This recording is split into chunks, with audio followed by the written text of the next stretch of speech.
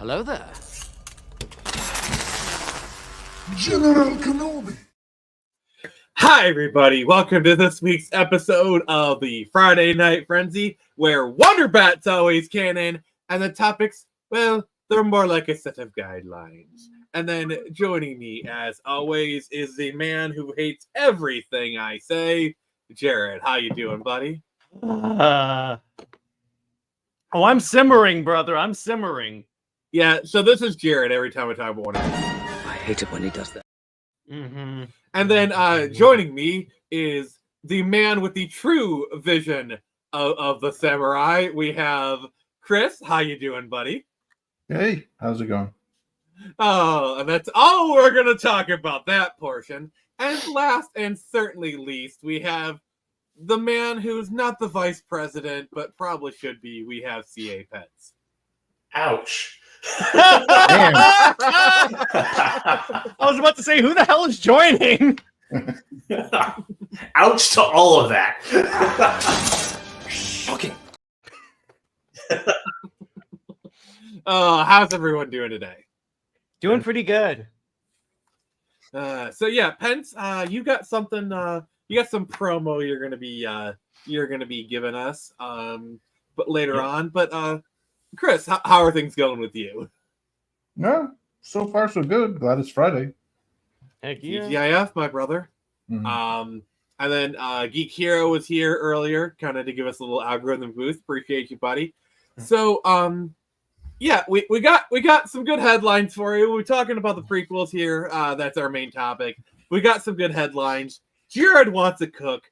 Pence wants to shill. I'm gonna shill even harder. So let's just jump right. Geek is like nothing.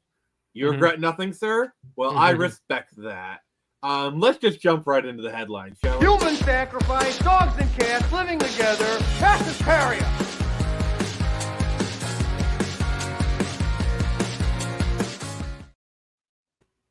Oh, you got to go in an hour? Well, that's perfectly fine, brother.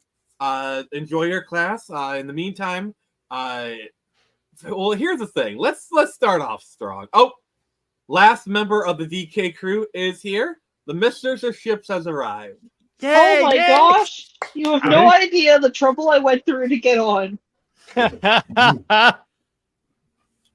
All I can say is, curse you, Microsoft! Oh, wow.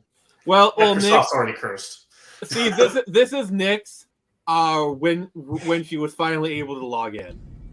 Another happy landing. Oh, I might actually become Anakin. Oh no! Not even the Younglings, watch youngling out. survived. Well, Not the one associated with Microsoft.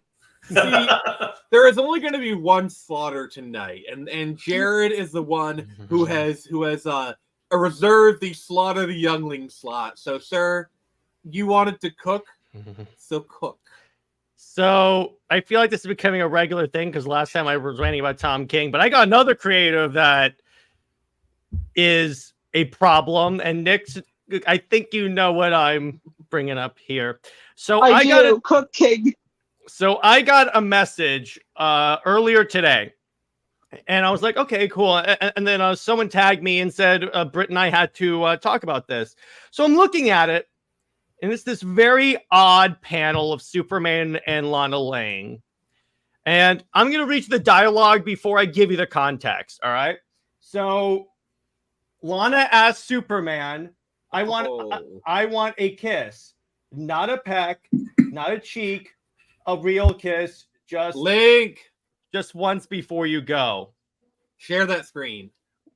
Wait, it's more effective this way. Here's what Superman says. Before he kisses her, mind you. He does kiss her, and it's an actual makeout. Are you ready?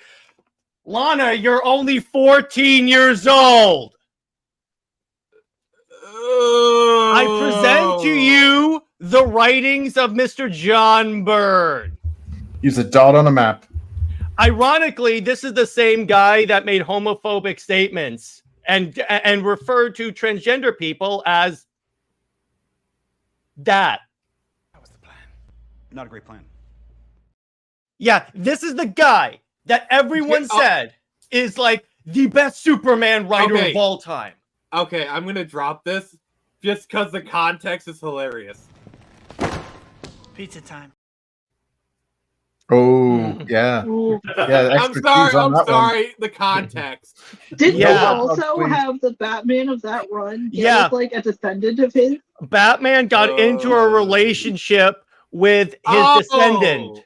So Dude. actually, Nix, apparently John Byrne went to the Bruce Timm School of Storytelling. So here's my thing. This is my problem. I saw people on Twitter actually defending this, saying, well, it's Elseworlds and stuff. I'm like, it was still published. Yeah. I'm like, wait a second. And this is the run that James... Die, monster. You don't belong in this world. And this is the run that... because someone recently asked James Gunn, okay, so what comics are you reading? And he goes, oh, the John Byrne run. And I'm like, this guy's going to have an influence on Superman? Are you serious? This is why Superman works alone. That's a good one. This is my problem. This is my big problem that I run into with a lot of people when I critique Bruce Timm. People think, oh, because he wrote or did stuff that affected my childhood, he's immune from any type of criticism when he does something. Liar! Yeah, exactly. When he does something objectively immoral and stupid. See, this is my reaction when I see this.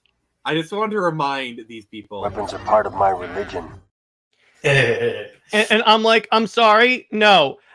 From now, this actually started a new thing with me. From now on, whenever anyone tells me, oh, Snyder didn't understand Superman because I liked what Byrne did, then I'll say, oh, this?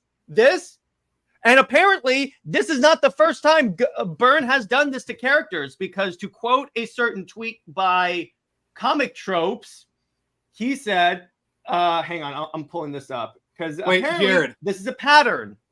Read what Geek says. This is for you. I can either confirm nor deny that.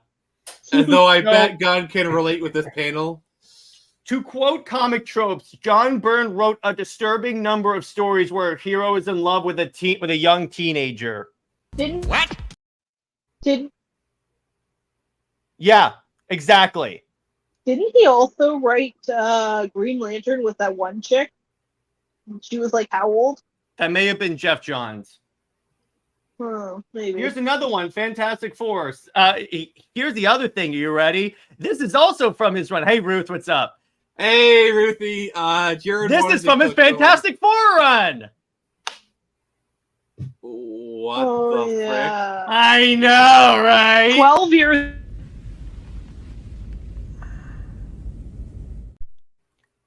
So I made a statement because enough people were DMing me about this that I had to. And note, it's an old panel. It's an older code, but it certainly does not check out. Wait.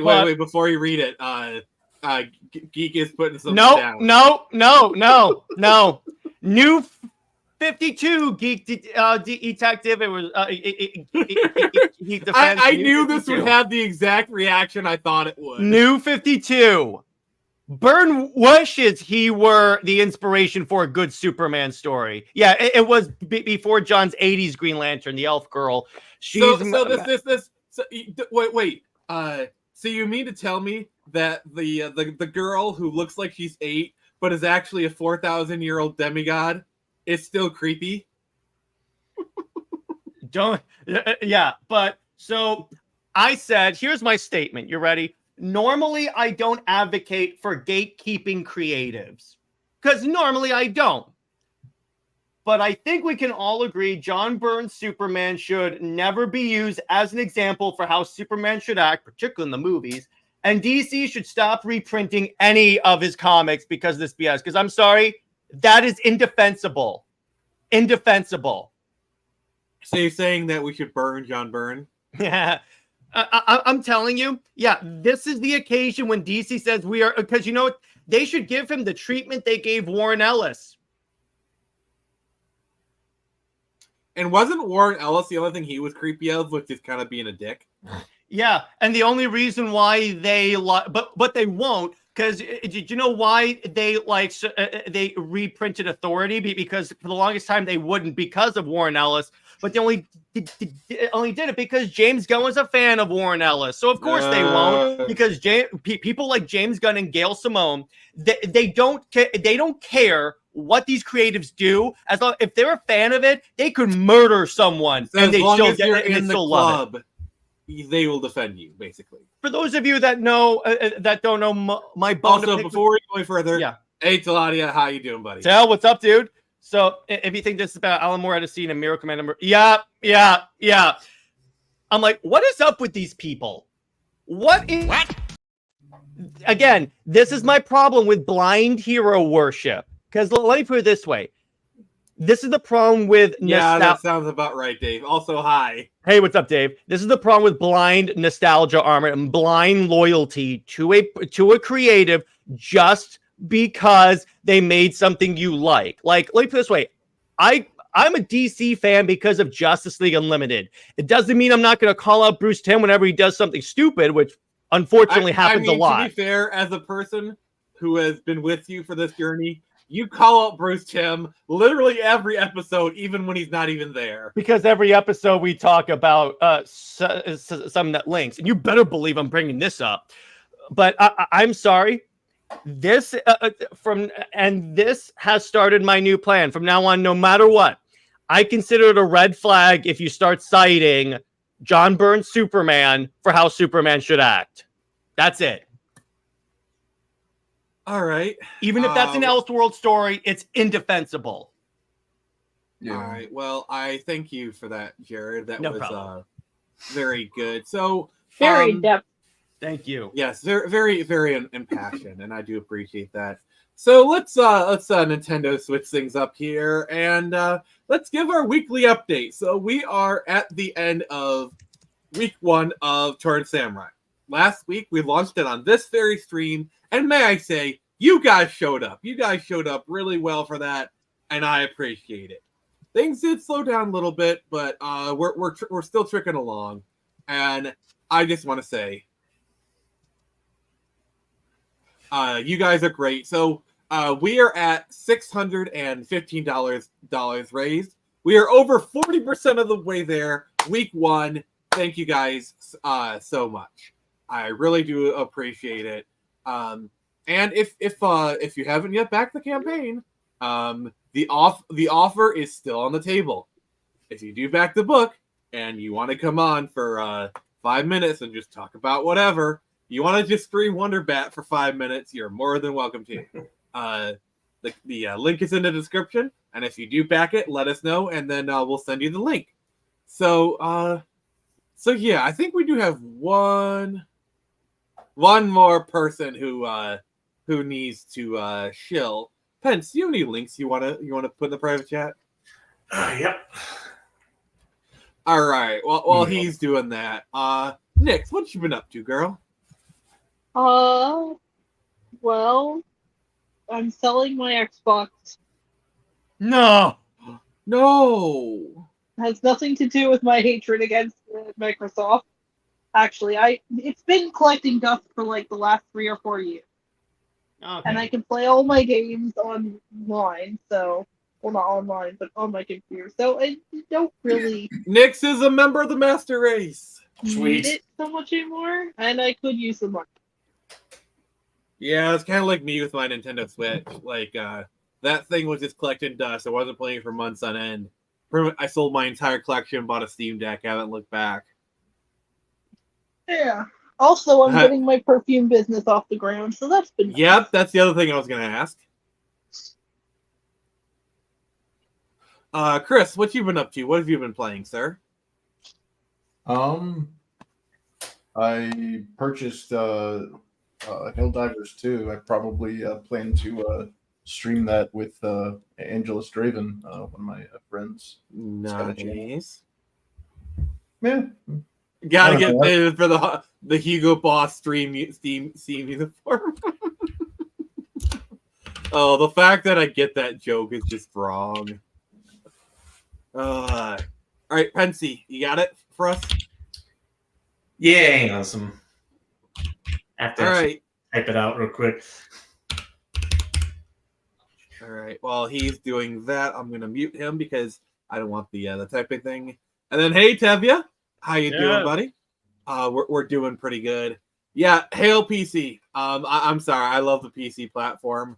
I gotta say, like, have you heard like the stuff going on with like Microsoft? And I honestly think in next generation, I think Microsoft is gonna fold. Like, do you think like we won't see another Microsoft platform?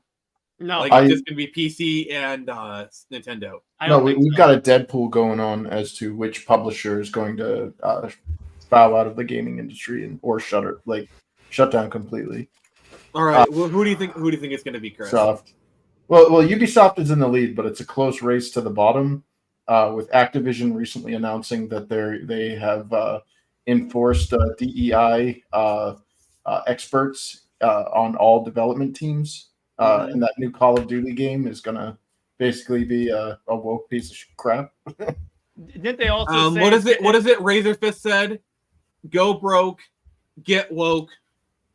I think there's something after that, but you get the idea. And then you croak. Yeah, well, it's the problem though is you've alienated your players. You've alienated your core audience. I don't care if you're trying to expand your audience. The foundation is more important than the shutters. You know.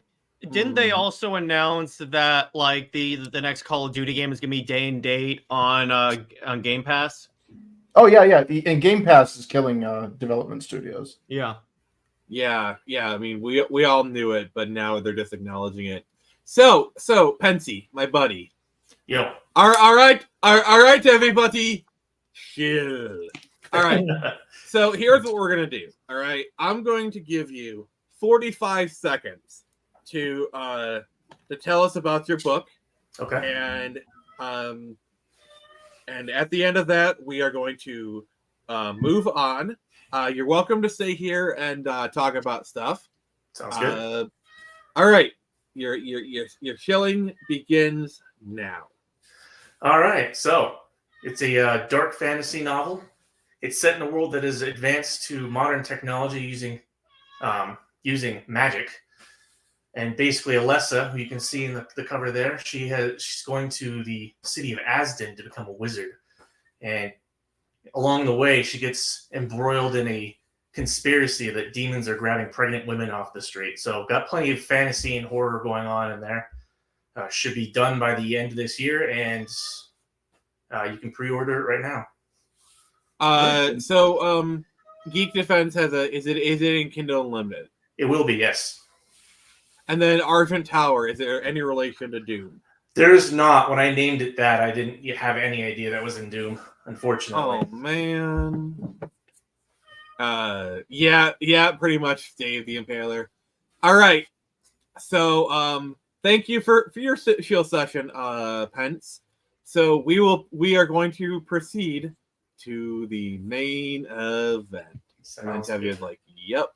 So yep, Pence, you're welcome to stay here and talk about stuff. Let's see here. There we go. This is where the fun begins. All right. So let's just deliver on this. And yeah, so this we're gonna do a love stream. We're gonna talk about the Star Wars prequels and how they've always been overhated, and kind of give like our favorite things about the prequels, and just generally talk about that magical time in our lives for the prequel. So yeah, we're gonna go around and we're gonna say like what the prequels mean to us, what we like about them, and then you can say what you don't like. That's fine. We're not gonna be like all sugar. We're gonna have some spice. So Chris, And everything nice. well, not you, but you know everyone else. Chris, what is you want to prequels start mean to you? with me? I mean, you're first on the list, so that's what I was going with. Okay. Yeah, there's only 3 Star Wars movies. Everything else is garbage. Okay, then. That is an opinion. That is very succinct. Yeah. I mean, to be fair, Chris is a firebrand. I knew what I was getting into when I made him a co-host, so I have only myself to blame. So No, well, here's the thing: is the prequels. it's a terrible idea to make prequels in the first place because there's no stakes. We already know what's going to happen. Second of all, like as bad as they were bad, but like they were dumb bad. Like I walked out of the theater and I didn't feel insulted. I was just like, wow, I guess Star Wars is no longer for me. You know, I'm not interested in this. Then you fast forward to the sequel trilogy that Disney made. And the very first film I saw, the Force Awakens garbage, I was like, this is terrible. Like this is like I actually felt offended watching that. I'm like, this is just feminist garbage. And I mean, not only that, but it's a blatant ripoff of Episode 4. Well, it's not even a good like. You basically it's just Mary Sue. There's literally no reason for any of the supporting characters. Yeah, if you're gonna rip it off, at least make it good. Yeah, you're gonna rip it off. At least like make it so that Jared, what are you doing? I just came across this and I wanted to share it. Oh God. I didn't see what it said. No. Okay, you want me to reshare it? You want me to reshare it? Hang on. Oh, fine. I wonder who the power bottom was. Power is in. So, Nix, read this. You better not tell Robin about this. Oh. Oh. So, Chris. So, what you're saying is, when it came to Star Wars, what their plan was. Ticket it and make her name it gay.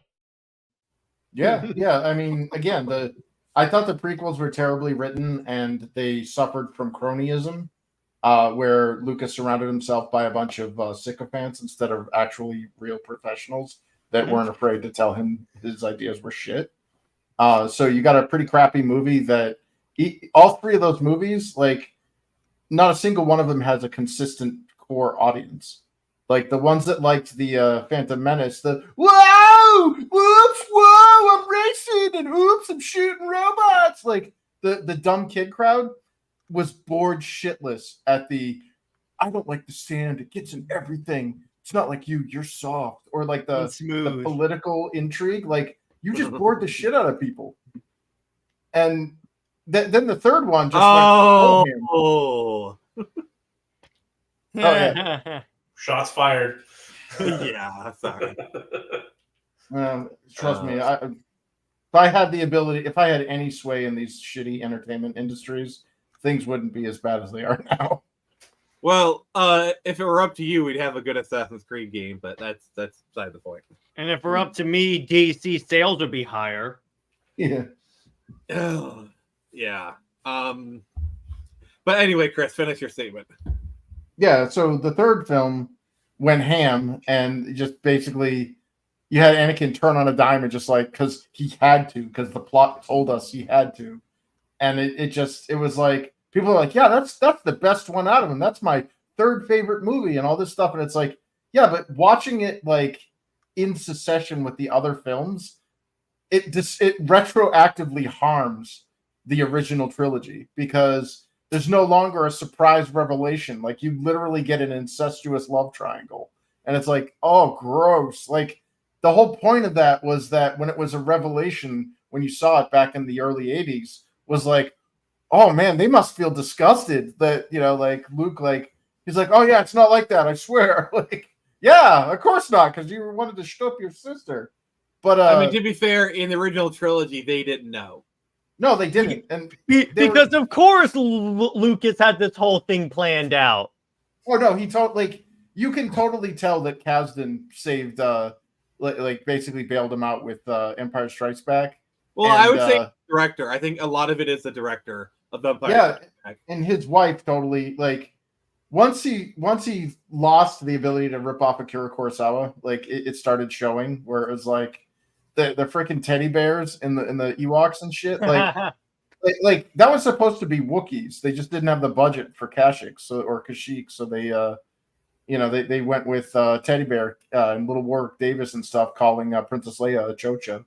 But like all of that was just like, you know, a lot of people were disappointed by it, but for me it was like, well, it was the last one and it puts a nice bow on it. Whether or not you consider it like a good one or a bad one, the point is that there was a cohesive story that you know had a beginning, middle, and end, and that's it. Like, and then Hollywood has to get their little talents and everything, and they just ruin in my opinion, to say that like the original trilogy was like some grand design plans at the beginning is just blatantly untrue. It's very clear that George Lucas was flying by the seat of his pants for that trilogy. Like case in point, like Luke and if he had this whole plan, like whole thing planned, Luke and Leia would not have kissed in Empire Strikes Back if that was the plan. Or maybe he would have, because as we're learning with Bruce Timm and these other people, you never know with these people.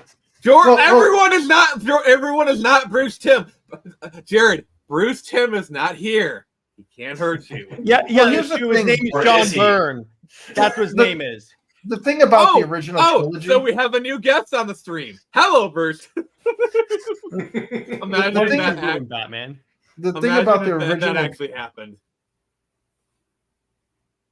Mm-hmm. I love the silence that after. Well, anyway, I kept on. Yeah, so the thing about the original trilogy was the meta story had a coherent beginning, middle, and end. The details themselves, they were all over the place. Those guys didn't know what the hell they were doing. But they're making out with Leia or whatever. But like, there was a coherent meta story. It was the Emperor was the final bad guy. Darth Vader was the they had a defined arc. And I believe that probably came after A New Hope, or when it was just called Star Wars, and they're like, we got to make more money. So Lucas probably started bubbling in those ideas of the Emperor being the final antagonist or whatever, and it worked. Have you read Splinter of the Mind's Eye, or do you know the synopsis of it?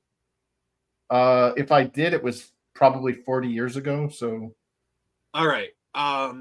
That's part of the Heir to the Empire trilogy. Actually, 1 second. Let me go grab it. But he's going for his books. He's going for his books. I remember one where I remember reading one where the Emperor was actually protecting the galaxy from an even worse, an even greater, these demonic.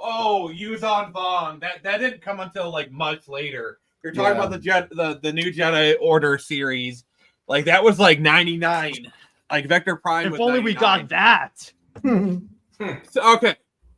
All right. So this is Splinter of the Mind's Eye. This is literally the first expanded universe book ever. Mm-hmm. The first. Basically, the reason for the big existence is Lucas had an author create a sequel to Star Wars. Alan Dean Foster, the Star Wars guy. Mm-hmm. Where basically, if Star Wars failed, and he did a sequel on the cheap. Mm-hmm. And this is a book. And in this book, they actually pair off Luke and Leia. What? There's actually a romantic subplot between the two here.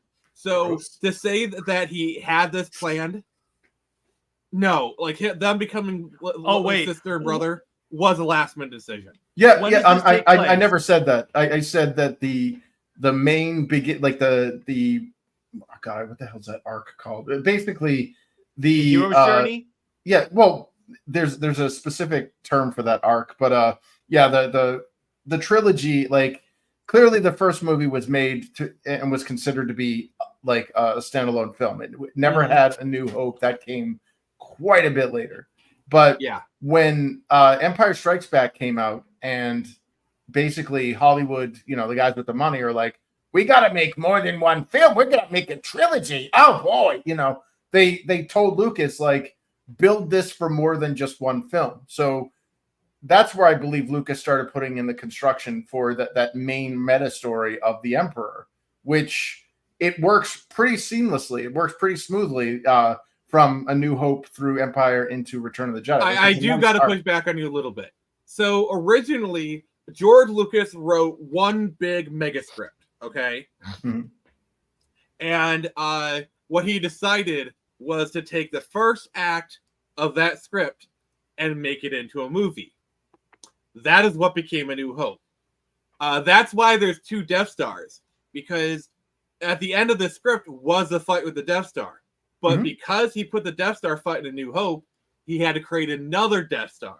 That's why there's 2 Death Stars. So, so he had a trilogy kind of plan, but it was very loose. It was a very loose collection of ideas. If you look at the development of Star Wars, at one point Han Solo was a green-skinned alien. At one point Luke was a girl. Well, At Luke's one point, you had the Mace twins. Starkiller.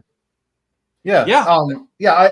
I've seen a lot of, but like again, that core of the the guy basic, like I don't even think the I am your father thing was even considered in the original's treatment for A New Hope. I could be wrong, but well, because it's actually you're correct. The because originally Anakin Skywalker and Darth Vader were two separate people. Yep. Okay. But, well, the way that's Obi-Wan why they had the describes whole. yeah. That's why they had to do the retcon of from a certain point of view. Because like a certain point of view. Well, in my opinion, if you sorry, Chris, go ahead.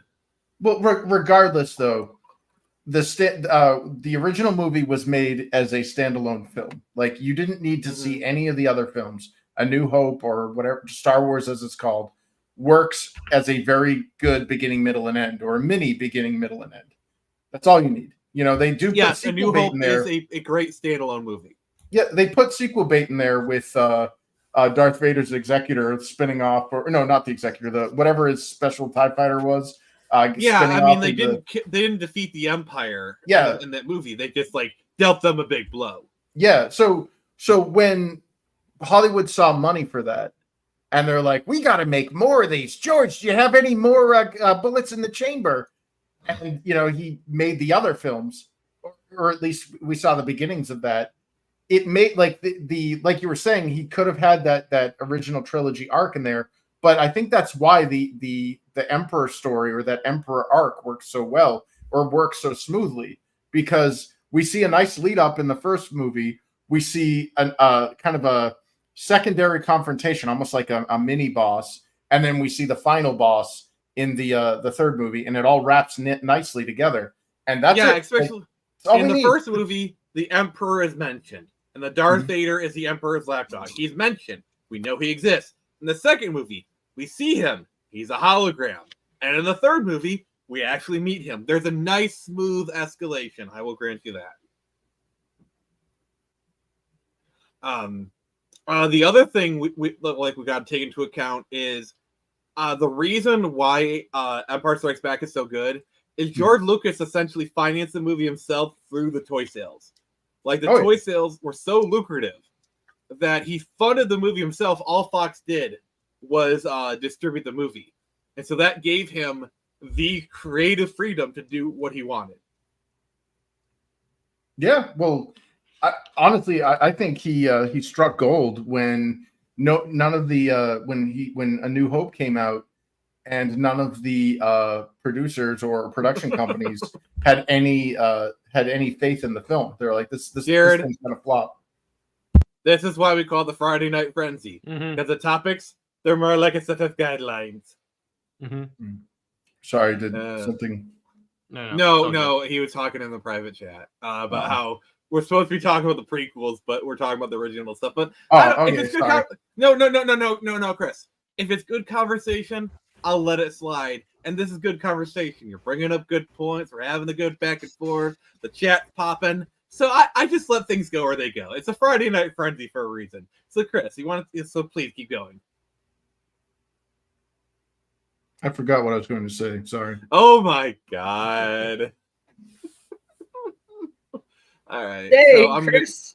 I'm gonna do an executive session to switch places with Jared, and then talk to you my thing. So I'm one of those kids where I saw the prequels when I was like a young teenager. So I saw episode. So they came out in the Stone Age then. So I saw episode 1 in theaters. Okay, I actually got to see it like 1999. My dad took me to see it. BC. I was maybe like 12 years old, and some stuff from the movie doesn't hold up. But I gotta say, I actually, before we had started this, like earlier today, I went back and watched the mall fight, and dear God, that fight still holds up. Like, guys, just check this out.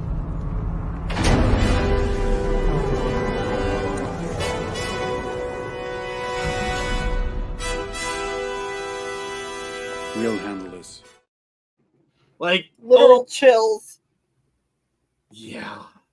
Yeah, I thought it was a little over choreographed. Oh, Always a critic, Chris. No, Oh, did you guys ever see the somebody did like a CG reenactment or like a revamp of the Obi-Wan versus Vader?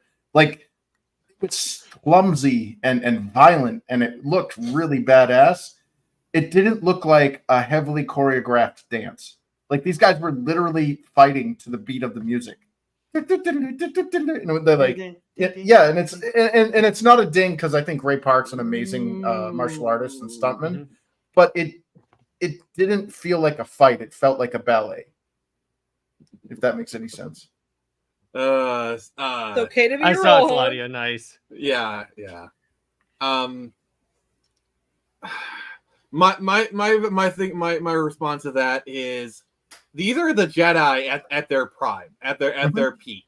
Like they're a lot more skilled, you know. So like I tend to be like, yeah, it's choreographed. Like, yeah, it looks more choreographed. And you know what? I don't care. Like this, like we can just chalk this up to a different opinion. I like these more choreographed fights. I like them because here's the thing. Look at what we get with the sequels. Like some of the stuff is okay. Like I think the Kylo Ren versus Rey fight is kind of okay. It was which Kylo Ren fight because the one in 7 made no sense because although I did like this is my one favorite part of Episode 8. This is one good part of The Last Jedi when Kylo Ren is in front of Snoke.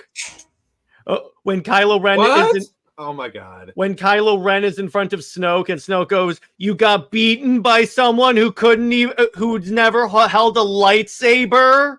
Yeah. That was the one good part of that movie. See, the problem I had when it came to like the Fourth was, the more in tune with the I'm sorry. Okay, let's not go down that rabbit hole. This is not a complaint about the sequel trilogy. Yeah. We could say that for another stream. But I love the Darth Maul fight. Like Duel of the Fates is a banger. Okay, Chris, let me ask you: do you like Duel of the Fates? Just that alone. The song or yeah. I think it's freaking classic. Yeah, it's epic. Okay. So you do have something. You wouldn't have that without the prequels. Well, that's the thing. It's like the aesthetics aren't what bothered me. It was just the bad storytelling and the like it felt very super. Like it felt like they were mimicking Star Wars instead of being Star Wars. Like if that makes, you know what I mean? Like it was like a fan thing instead of like Star Wars was supposed to be grungy and dingy and stuff. And it seemed really weird when like all of the Naboo things came out and they were more state of the art than like the modern stuff we saw in the Empire in the original trilogy. I was like, wait, what's going on here? Well, that's the problem with actually making any type of prequel. So I see what you're saying there. And like, yeah, I can make excuses for why that is all day long. Okay, I can make excuses for that all day long. But the point is, it looks weird to you. Like even if there's a perfectly valid story reason to why it looks more expansive then and now, there is a bit of a dichotomy, and that's the problem. Does I'm trying to give you credit here, Chris. You know, like I could come up with story reasons. There could be perfectly valid story reasons. The fact of the matter is, it is a bit jarring to you, and that is a legit issue. So I will grant you that. Yeah, that's fine. But see, may I go because I'm going to disagree with Chris. Yeah, right. Jared, did you bring your figures? Yes, I did. Jared's gonna play with his dolls, everybody. Mr. I have a replica. Wait. Mr. I have a replica of the 89 bat line. Wait, what? Didn't you tell me you had a replica of the 89 bat grapple? Yeah, but that's a replica prop. You have literally dolls. So anyway, here's the thing about the prequels. So the way I consider Star Wars is, first off, there were only 2 trilogies. Yes, you heard that right. And I don't think I have to go into what those trilogies are because I think you can figure it out based upon what I've said. But so when you look at the original trilogy, those 3 I can at least for me because in school, I studied political science. So typically what I do is I like to try and see like political underpinnings of a movie and stuff. It helps me engage with it more. So one of the things that I noticed is that, this was pretty much explicitly shown, is that when you look at the original trilogy, it's all about like a smaller insurgent force fighting against a larger, more powerful like army. And we've seen that with like Vietnam, Afghanistan, Iraq, all that. So all happened. When you look at the original trilogy, it's a different character entirely. It's essentially an analogy for the fall of the Roman Empire, of what will fall of the Roman Republic and into the Vietnam. Roman Empire. There's Vietnam stuff in there. And Vietnam. So here's what I mean by that, because if you look at when you look at it, here's the genius of Palpatine's plan, because he was playing the long game. Because whenever he had these small, like, let's say losses, like Dooku dying or something like that, he's like, no, I planned for this, because he had planned this meticulously out. Well, he and Darth Plagueis, we would find out, Darth Plagueis the Wise. So the idea was, okay, so I'm going to get in there. I'll become a senator. I'll ingratiate myself with the government, undermine the previous government, hence Chancellor Valorum being removed. Then I'm going to manufacture. They made Zod kneel. Yes, exactly. Oh yeah, that's true. So then, for those who don't know, Chancellor Valorum is played by Terrence Stamp, who played General Zod in the Superman film. So just as sorry, go ahead, Jared. So then you have where was I? Oh yeah. So then Palpatine is like, I'm going to manufacture a crisis, the Clone Wars, because what he did is he knew that if there's this big threat that we can't stop the way we are right now, I'll convince them to give me emergency powers so I can create a clone army. So I can just manufacture an army that can spread throughout the galaxy. Then throughout the Clone Wars, they must have pushed through a real Patriot Act. Yes. So then throughout the entire Clone Wars, you have throughout it, even in the animated show, they briefly go over this in a few episodes. Palpatine starts undermining the Jedi Order, partly because of their own incompetence and pure stupidity, because if I know anything about the prequels, the Jedis were morons. So then when you look at it, it's the idea that once he had undermined the Jedi specific, enough, then you get to episode 3, where, like, say Dooku and Grievous die, and then when he's supposed to give up his power because he had promised, once the threat is passed, I'll give up my power. Where have we seen this before? Wait. I need to do this. So instead of giving up his power, he gave himself unlimited power. Mm-hmm. So then he, spoiler alert, he didn't give up his power. And because he had undermined, yes, a geek detective, that's true. But because he had undermined the Jedi, when he showed up, scarred and deformed. But my resolve has never been stronger.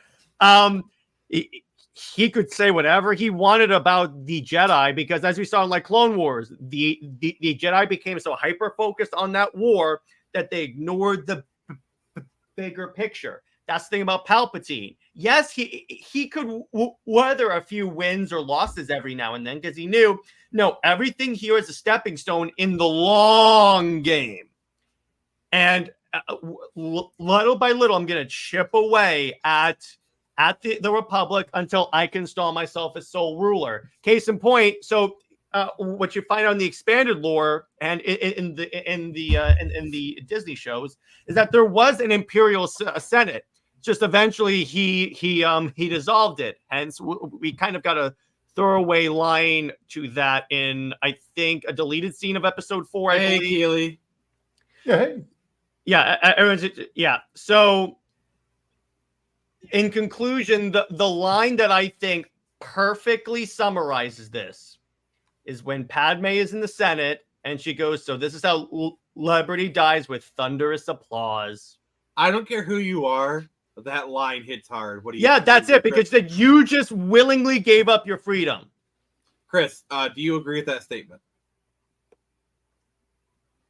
I don't. I generally have a distaste for any kind of prequel.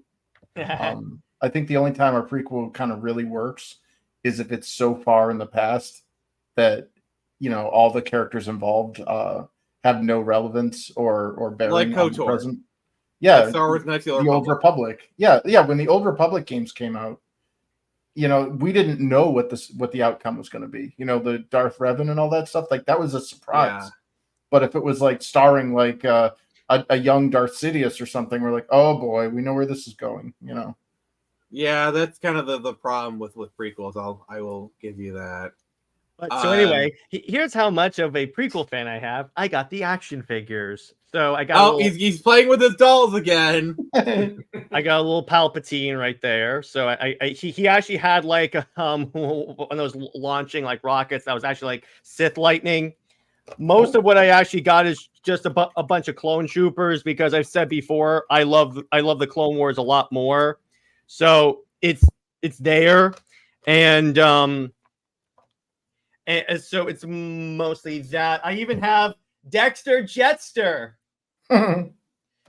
Yeah, so I even have General Grievous before he was a cyborg. So basically what I did, I used to have a lot more, like I would even have like the vehicles, but I had to sell that to finance my comic book collection. But I kept I kept a bunch of I kept all my favorites, which is most of my clone troopers. Because what I would do when I was a kid is that whenever my dad would go to a hockey game in Georgia, the place that had the stadium also had like a store that had various memorabilia for stuff, but they had Clone Wars action figures. So I would go there and I would get a couple of clones. I would form them into squads, and each squad had their own little job and have a heavy weapon squad. And then you had a lot of fun playing with your dolls. Where's the galleys? Wonderful toys, everyone said whenever I showed them my toy room. No, sir. You're not playing with your dolls again. Yeah, exactly. So then, and really from that, that's also where, again, my affinity for the prequels is mainly because it's like that's the era of Star Wars that I really grew up in.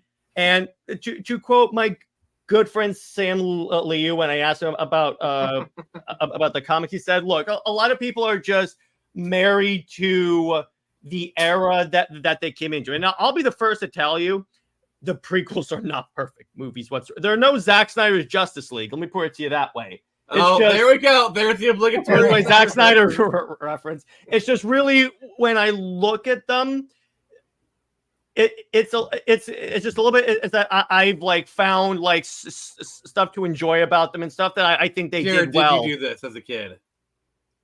No, but I did cut all the hair off of my sister's Barbies once. You monster! I was a savage. Yes, yes. Ooh. How are you still alive, good sir? Oh, yeah. Trust me. I was protected by an army of G.I. Joes and Hot Toys. So there you go. Well, knowing is half the battle. So speaking of knowing, so before we go further, if you're made this far, please give us a like, tickle that bell, do all that stuff. If you're not subscribed, please, for the love of God, do so. But Nix, what's your history with prequels? So my history really only comes down to me liking the Phantom Menace I've watched. The other two, kind of, sort of, not really. They were more like background noise that I kind of gained an interest in once in a while. My aunt and uncle, my uncle especially, are huge Star Wars fans, so they'd always have the prequels and the original trilogy on whenever it was on TV. But my aunt actually took me and my older brother when Phantom Menace first came out to the theaters to watch it, and I was far too young to see it. But I ended up getting it on VHS, and I would watch it almost religiously. The only part of it I don't really like and never cared for at all was the pod racing scene with Anakin, because it goes now this is pod racing. Whoa! Oh, let's try spinning that's a good trick.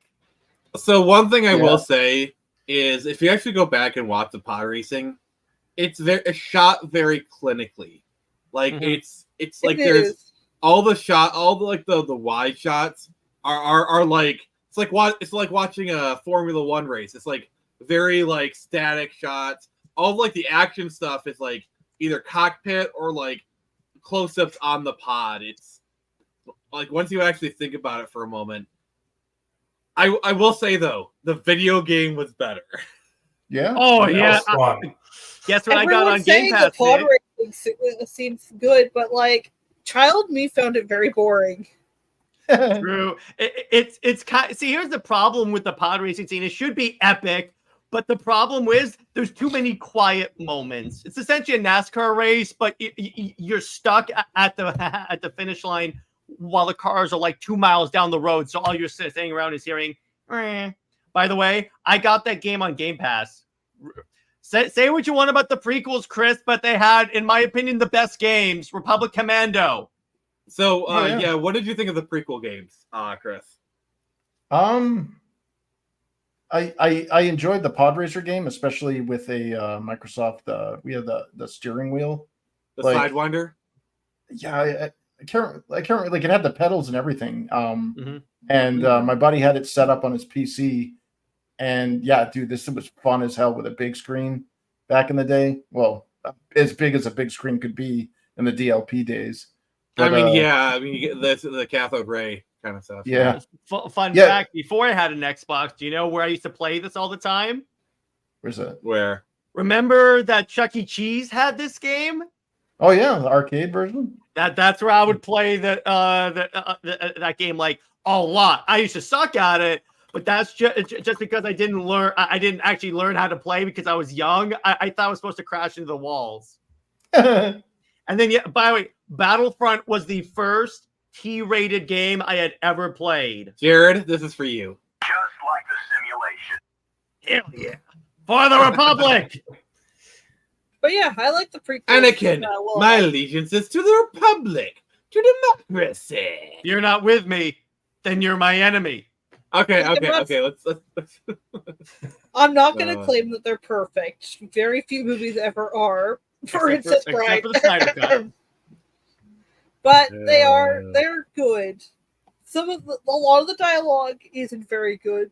Anything to do with the romance between Padme and Anakin is no bueno, unfortunately. Ultra no bueno. Ultra no bueno. And George actually did go back and try to write romance for like for young girls years later. Yeah, when the only girls that talk to you. Yeah, that I saw that. Okay. We have to. I think we need to do this for democracy, for the Republic. Oh God. I don't like sand. It's coarse and rough and irritating, and it gets everywhere. He's not wrong. I mean, yeah, I live in the desert. That's true. Yeah. You see, the problem with that, and I will say Episode 2 is the worst prequel movie, like, bar none, because of a lot of that stuff. And the problem with that is that it's supposed to be romantic, but they portray it as so much more of like a stalker relationship. Like even when like he smiles at her and he goes, please don't look at me that way. It makes you feel uncomfortable. She walks away. The next time you see Anakin, he's like smiling, like he's about to turn her into a lampshade. I'm sorry, but I gotta push back. But I was getting to that part. That part is bad. Like, Anakin, we can't be together, is literally wearing the sexiest dress imaginable. The lights are dim. It's in front of a fire. Like, come on, dude. And then they're rolling around in grass. I get no means no. But you're not helping, Padme. Signals here, girl. Like, if you say no, I'm going to respect it. But don't get mad at me when I respect your decision. Mm-hmm. Sorry, that I've been holding that one in. Dave! Oh God, that's oddly specific. Dave. Well, that's one way to use force push. That's exactly. That's force expel, bro. That's force expel. No. Okay. I'm putting a squash on this. Oh, Healy's like, hello, nurse. I thought he looked hotter in the arena. Oh yeah. Oh, especially once that animal had its way with her. Yeah. And inexplicable clothes malfunction. Yeah. I mean, like the totally, And then not only that, in the arena, she goes without showing any indication that she changed her mind about them being together. Right. Without I showing mean, to be fair, I don't know. Without showing any indication that she changed. By the way, here's the other thing that's really weird. If you look at this, are you ready? So here's the scene that really bugs me. Oh, wait! Before I go any further, see what you did there, Jared. Read this. Okay, but all right. So here's the problem. And wait. There's one She seems scene. to be on top of things.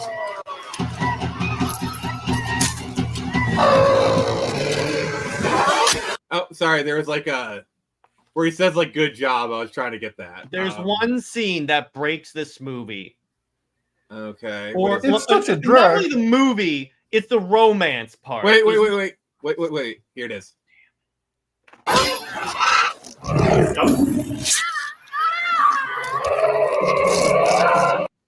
That's What's it hot. made out of? Like tissue paper? He got it one scratch on the back and the whole midriff exploded. It was like, how the hell did that happen? Yeah, Turned I into know. a bikini. It's like, oh no. Science. Science. So the one scene that breaks this breaks the entire romance, in my opinion. So when he finds his mother and slaughters the Oh. Can I finish this thought, Nick? So he says, he basically confessed. He goes, I killed them, the men, the women, and the children too. They're like animals, and I slaughtered them like animals. I hate them.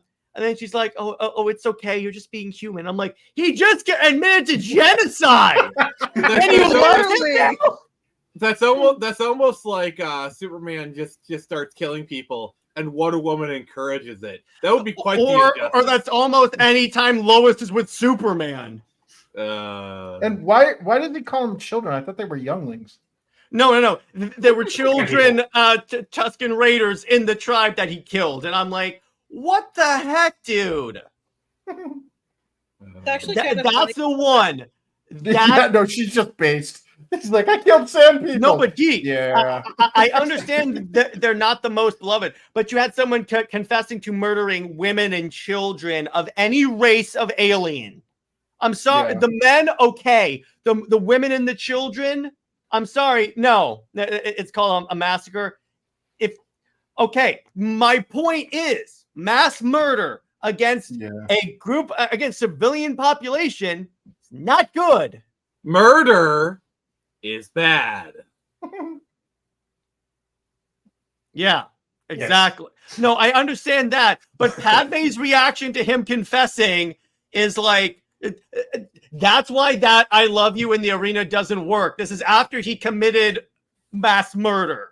Hey, all right, so serial killers. All right, so I have Jared, do me a favor. My internet's not being cooperative. I got the link to the. Oh wait. I got the. Can you pull that up and go to the right scene? Oh yes, this is the moment that will forever cement Episode 2 as my least favorite prequel movie.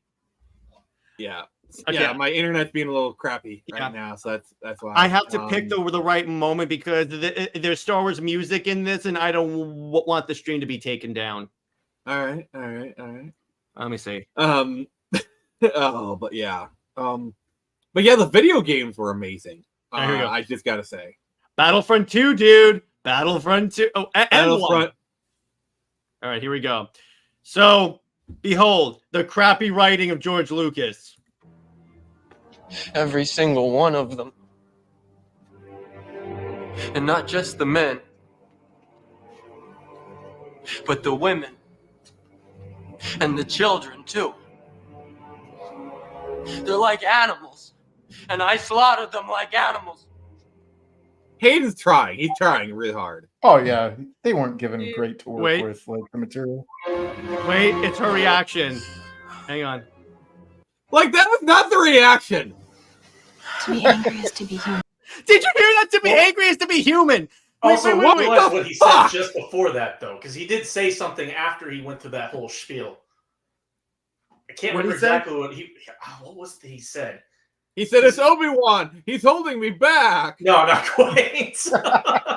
He's holding me back from being a murderer. But he did start recognizing what he had done, though wasn't the gravity that he should have had. But he did say, go back to it, and right after. Oh, Anakin, you're breaking my heart. It was okay. Going down when a you path I slaughtered can't sand follow. people, but when you slaughtered actual people, that I can't abide by. When you slaughtered subhumans, it's okay. But when you Padme's slaughtered racist actual against She's humans, based. She's so based. She's She just hates sand people. Which, Base Padme. Base Padme. You did the galaxy a favor. You got rid of the sand people. No, it's like she.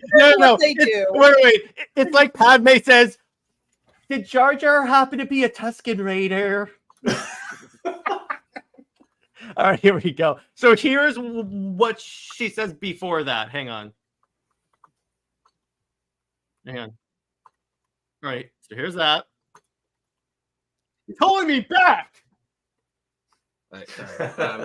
I'm doing a banger of a comment in private chat. Okay, hang on. It's all Obi-Wan's fault.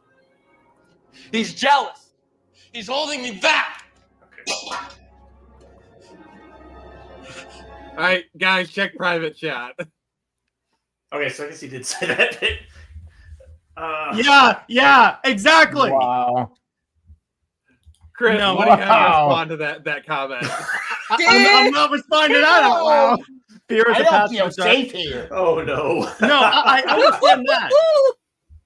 Chris, Let's just. I think you guys can realize there's a reason I put that in private chat. Oh yeah. And Geek, Right, shut it fans, down.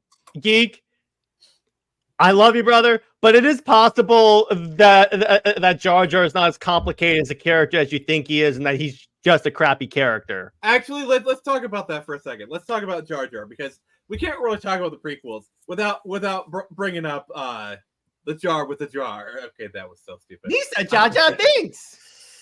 I feel bad for that actor, dude. Oh yeah, Ahmed Best or whatever. Like what? Yeah. Okay, Yeah. can we all just agree? The bullying mostly came from the press. yeah. Okay. So I agree. Yeah. Like, yes, people hated the prequels. Yes, Jake Lloyd got bullied in school, and yes, all that is really monstrous. But like, I don't think Ahmed Best was hearing this. We got to remember, this was before Twitter. This is before social media. Ahmed Best wasn't hearing what 12-year-olds in Nebraska were saying about his character. Okay. Yeah. So I did. Nobody knew I that like was Jar Ahmed Jar. Best. We just thought of his Jar Jar. Nobody knew who he was. Yeah, that's true. Yeah. Oh, It's fun just fact. the media. It No. was just the media making stuff up. Fun fact, did you know that Michael Jackson campaigned to play Jar Jar? Seriously? But the thing is, he would have been, his version of Jar Jar would have been in makeup. Oh boy. Can you Well, imagine that timeline? Where Do you know what's Jar Jar was ironic? Michael Jackson. Do you know what's ironic? He would then go on to star in a crappy Star Wars ripoff that would be a Disney World ride. Well, if you're talking about Captain EO, that had been at Disney for like 10 years before episode 1 came out. Oh, okay, but it's kind of ironic. How ironic. You could save others from death. Ironic. Yeah, like I'm glad Ahmed Best is getting his redemption. You know, like that scene in The Mandalorian where they gave Ahmed the Best the role of saving Grogu. Like, say what you will, I'm glad they did that. I'm happy for the guy. Okay. Yeah. He was a badass at taking 2 lightsabers and just taking out clones. Yeah. Interesting. Mm-hmm. Oh. Yeah, because you got to realize Lord of the Rings and the prequels were being made at the same time. And the tech that each of them pioneered did influence each other. Fair enough. Makes sense. Also, So another fun thing. So when they were about to shoot X-Men, Bryan Singer actually spent about a week on the episode 1 set to learn about special effects. Huh. Also, the other thing about the prequels is the prequels were big pioneers of digital film photography. So episode 1 was shot on film. Episodes 2 and 3 were shot on digital. And this is digital of like 2002, 2005. So this is very early digital. Say what you will about George Lucas, but he was always big on pushing technology forward. Yeah. I mean, look at how he did. When you see, because one of the most like eye-opening things for me was when I was looking into behind the scenes of the original trilogy, and when you see how they were able to get to do like all the dogfight scenes, the way they did the VFX and made it look that good with the technology available. Yeah, because here's the thing, like, yes, they actually use a lot of miniatures and a lot of other physical effects for the prequels. Like, for example, the grandstand for the pod racing is actually miniature. Also, I believe the arena for episode 2 was a miniature as well. Why don't movies do that anymore? Because if they're filmed right, they can look really good. Because CG is easier. Well, the other thing is like what blew my mind is that for some reason, until like about a year ago, I didn't know that a lot of the big background shots were actually just paintings. Yeah, matte paintings. Now, I know the thing that's kind of currently gaining popularity is like, all right, we'll take an actor, we'll put him on a big TV, let's put him behind a big TV screen. Like you mean the volume? Yeah, I mean that looks like better, but it's still not a perfect solution. I'd rather they do that than green screen, but still. The thing about the volume, the reason why a lot of movies are starting to move away from it now is because you can tell when they're filming on a volume. Well, like there were certain shots in like even the Batman where you can tell they're filming on a volume. Well, there's the other thing too of when you have an actor, and this is a criticism of the prequels. I will say, by the time they got to Revenge of the Sith, Revenge of the Sith was shot entirely on soundstage. So you know that the final shot of the trilogy where Obi-Wan brings Luke to like that was shot literally years prior during the Attack of the Clones shoot. Because like when they're in when they're doing the Tatooine scenes, that was when it was shot. That wasn't even part of the Revenge of the Sith shoot. As you look at the behind the scenes for Revenge of the Sith, it's all green screen. Everything's green screen, and it's really hard for an actor to act when there's nothing to react to. Like that's why like we hear the stories of like in Jurassic Park when they were filming the T-Rex scene, when a T-Rex was coming down the kids, those kids were really scared. Like I'm sorry, if you have like a 4-story tall T-Rex barreling down, even if I know that the thing is fake, where it looks real as the teeth, I'd be scared too. Well, a malfunction and you're basically Twilight Zone the movie from a giant T-Rex. Yeah. Yeah. True. Yeah. And it also kind of reminds me of the scene in Jurassic World. The one time they used miniatures is when the Brachiosaurus was dying.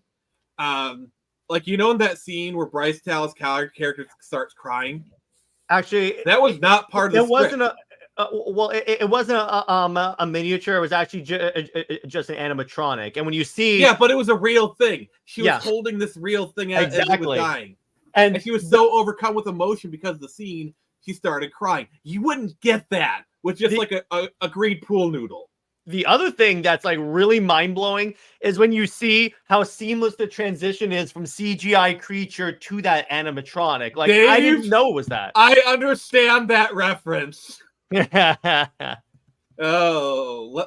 get out of this zone before we Twilight. Well, here's the thing. If Nolan were directing that movie, he would have resurrected an actual T-Rex and made it chase the kids.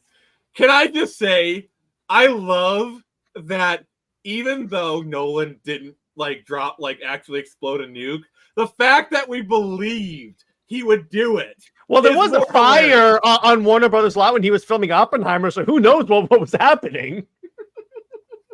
No, but the fact that like we believed that Nolan would legit like fire off a nuke for his film. Well, it's this just is the like, guy. I missed something, man. People think he fired off a nuke? No, here's why. It goes out All right. because Nolan likes to film a lot of his stuff practically, like in The Dark Knight, the truck flip. That's real. The other thing is like, so who in the movie Tenet, the scene where the plane crashes into the hangar, that's a real plane crashing into the hangar, and they did it practically because, to quote Nolan, it would be cheaper than doing it digitally. Funny that. So he's like, screw it. But plus, he has the name. Who's going to tell Christopher Nolan no? Yeah, like he has a So the history. reverse of this bolts kind are of a real stuff. thing, then. Sorry, go on. But I'm just getting kind of flash forwarding to. So this is the. So yeah, so when he was doing the, that hallway fight from Inception, he actually had a real life like hallway that rotated. A massive. Oh, jeez. Huh. Yeah. I thought Look that at was that. CGI. Damn. No, it was not. Wow. Okay. Like they literally had like the people had to like look at that. How crazy is that? That's nuts. If he were filming the last battle of episode 3, he would have Hewen and Hayden fighting in an actual volcano. Yeah. On the all right, Hayden, it's time to set you on fire. Yeah. But Nick, did you see, by the way, that Empire magazine put out a picture that people are taking as an announcement of as a teasing of Inception 2? Inception 2, like even more confusing plot. Even more dreams, because they put out this with the words "coming soon." Oh man, that movie ended how it should have ended. It doesn't need a sequel. Ambiguous. Yeah. Well, yeah, you know Hollywood is gonna make. That's the Yeah, one good part of the fourth Matrix movie, about how they talk about how they don't want to make a sequel, but Warner Bros. is forcing them to. I said that's the one good part, Nick. I critique Warner Brothers all the time. But you referenced the movie. Not my fault you can't appreciate good sci-fi. Well, that's just prime. On what Impaler said, though, that contraption made me think of the thing from Cube. That's what I was thinking. Mm-hmm. Yeah, we do not need Inception 2. No, we don't. No. Well, according to the studios, we do. There's so much more story you can tell, Christopher. Sure. No. It's not that there's story to tell. It's money it's to be made. money to be made. Mm-hmm. Also, yes, Dark City is so much better. Oh, yeah. Agreed. Chris, have you seen Dark City? Yeah, well, a while ago. I think I've seen it only once though, so I can barely remember. It is such a good movie. Aliens in a spaceship. Yeah, like I love what I love about the movie is the plot is similar to the Matrix, and they actually use sets from Dark City in the Matrix. Oh, nice. Yeah, like you know the scene where Trinity's running on the rooftop?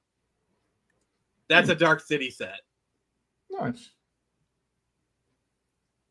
Yeah. Oh, it's great. I prefer the Wheel of Time. Jared? Oh.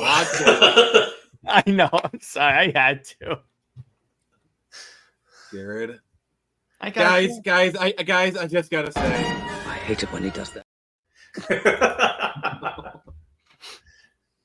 That was still the most fun thing we've ever filmed, to see you descend into madness. Yeah, too bad hardly anyone's gonna see it. It's behind. If you want to see me descend into madness in real time, sub to my Patreon, where I have a Patreon exclusive episode where we watch The Wheel of Time episode 1, where you can watch it with us and just watch me descend into madness in real time. Mm-hmm. I watched exactly. too much of that show myself as it was. I don't need to see your pain too. Oh, see, Jared, if I really wanted to torture you, I could just like Tevia's got the right idea here. No, that's more for Nick's because I have no affinity for Scooby Doo. I really don't. So it's not really that. Oh my issue. god! And I already had to watch Justice League and Blank Man, so I'm about done. So Nick, did you see Velma season 2? No, I Can I didn't. tell her? Can I tell her? Go ahead. They killed Velma, Good. and she turned into a ghost and started haunting people. Son of a. Get rid of that thing. That's the way I wanted to explain it that way to give Nick's hope. No, and then just take away the hope. Jared, you're missing the best part. Tell her who killed Velma. Who was it? Scrappy? I thought it was Scrappy. Yeah, Scrappy. And then Velma became a ghost. Killed Velma. And then Velma, I think the way it went is that Velma became a ghost and then killed Scrappy. Puppy power! So Scrappy was redeemed in the show. I hate that everyone since the live action Scooby movie have always like really hated Scrappy. I mean, to be honest, don't hate him. Nick, I kind of like Scrappy. I gotta be honest with you. The movie was just like Scrappy was already hated. The movie was just playing off of that. Like that was not an invention of the movie. True, that was a movie but responding to it. Ever since then, nobody's wanted to even so much as discuss Scrappy. Oh, another character James Gunn screwed up. But it's sad because I really like Scrappy as a character, especially now that I have my own 3 nieces. And it's really cute to me to see Scrappy doesn't see Scooby for what he is, a cowardly glutton. He sees Scooby as this great big hero that he looks up to. That's cute. That's adorable, actually. Tugs at my heartstrings. Let me at him. Let me at him. Let me at him. I demand that the next person to take on Scooby-Doo does it right and puts in Scrappy as that Jack dog from the end of the first movie. I want Jack Scrappy. Oh my god! No. What, the body model is Henry Cavill. That would be pretty with funny. A mustache. Oh my god! If like imagine Henry being Scrappy Doo for Halloween. He just yeah, that would be an F you to James Gunn. And then he also, and he goes to the Halloween party with Gina, who is gender bent Shaggy. Oh, you know what'd be even more hilarious is if he shows up as Superman and then everyone's like, "Oh, Superman came to the Halloween party." Oh, speaking of which, I gotta say, Jared, you probably heard the story. So people say like the whole Clark Kent in glasses, it doesn't work. Oh yeah. Oh, actually, Jared, do you want to tell the New York Times story? Because I think you tell it better than me. Which one? The one about him where he was in New York Times Square. He was okay. So he was in New York Times Square, just walking around wearing a Superman T-shirt under a coat. It was open and everything. This was during the BVS marketing. His face is on the billboard. He takes a picture with himself wearing with a Superman shirt under the billboard with his face. And nobody even recognized. Nobody even said anything. So real quick, do you guys know who Jay Oliva is? Vaguely. He's a director that has worked on a lot of the DC animated stuff. So he put out a tweet that said, "I have a random question, but do any of my followers know any professional cosplayers going to San Diego Comic-Con? Any help will be much appreciated." Someone commented, David Cornsweet. Oh! And then wait, do you know how Jay responded? Do you happen to have a contact for him? I'm once again oblivious here. David Cornsweet is the guy that was in the crappy Superman suit that's replacing Henry Cavill. Oh, okay. So it was like, nice. No, he's basically a cosplayer at this point. But I love that. That is one of the best things ever. Oh my god. All right. So we didn't get to this beforehand, but Tevia he linked a photo that I'm gonna download real quick, and we're gonna check this out. Oh no, Tevia, I don't know if you're still here. Doesn't involve John Kent. Doesn't involve John Kent. It better not be. No, but the corn might be starting to sweat, I think. Oh God. Oh, is that the photo that Taladia put in the group chat? Yeah. All right, check that out. That's the one that Taladia put in the group chat. All right, Claudia, thank you so much. Credit goes to you, brother. Chris, I don't think we ever asked a question. What do you think about the whole Superman suit thing? The suit itself, or the actor, or suit? The suit itself, or like this photo and like the memes it's creating. I think it was a very unfortunate first look at the the new Superman in his suit, because it made him look incredibly weak. And when I saw that corn sweat guy, as you call him, I saw him in other shots, and he's actually pretty jacked. He's actually probably as big as Henry, but they made him look weak with how baggy the shoulders were on that thing, and then they gave it like elbow pads and knee pads and stuff, and it's like, I don't wear knee pads. Yeah, why would you do that? I'm not wearing hockey pads. It's because you know what it is, Chris. There's a misconception because the suit is based on the Superman suit that Clark had in the new 52. And everyone misinterpreted that as being armor. But when you look at the comic where it was first originally introduced, because the way that it worked in that era of Superman is that he found the suit on Brainiac's ship. It's not armor, it's spandex. It just has the lines in there and it looks like armor. Yeah, I think the thing was either too big or too baggy or something, because it just looked super loose fitting on him, and that's not what a Superman suit is.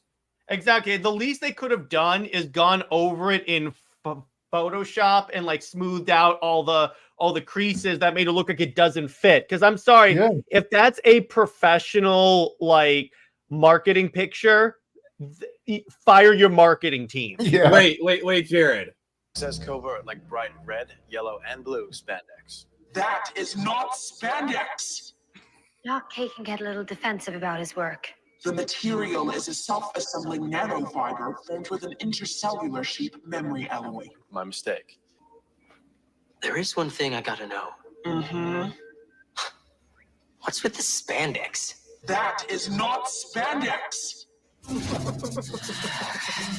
I will say, Nick, that's quite the way to get in gear.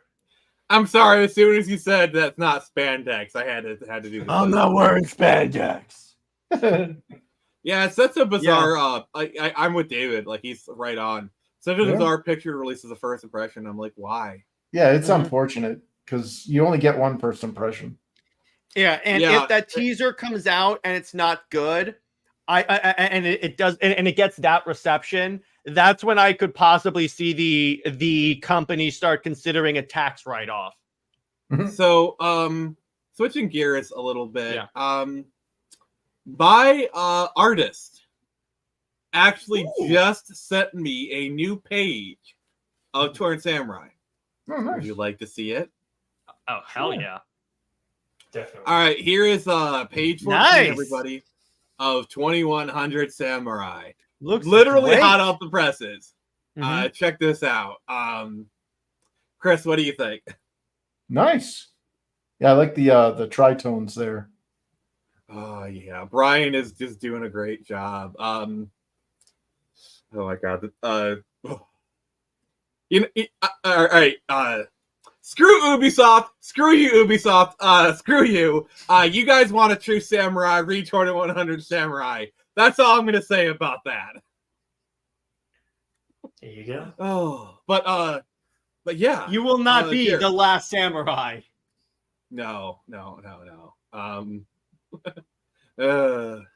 But Chris, just look at this like attention to detail with like the splotches on it. Isn't that like just amazing? The Jamon, yeah. But yeah, I can't wait. Movie won't make.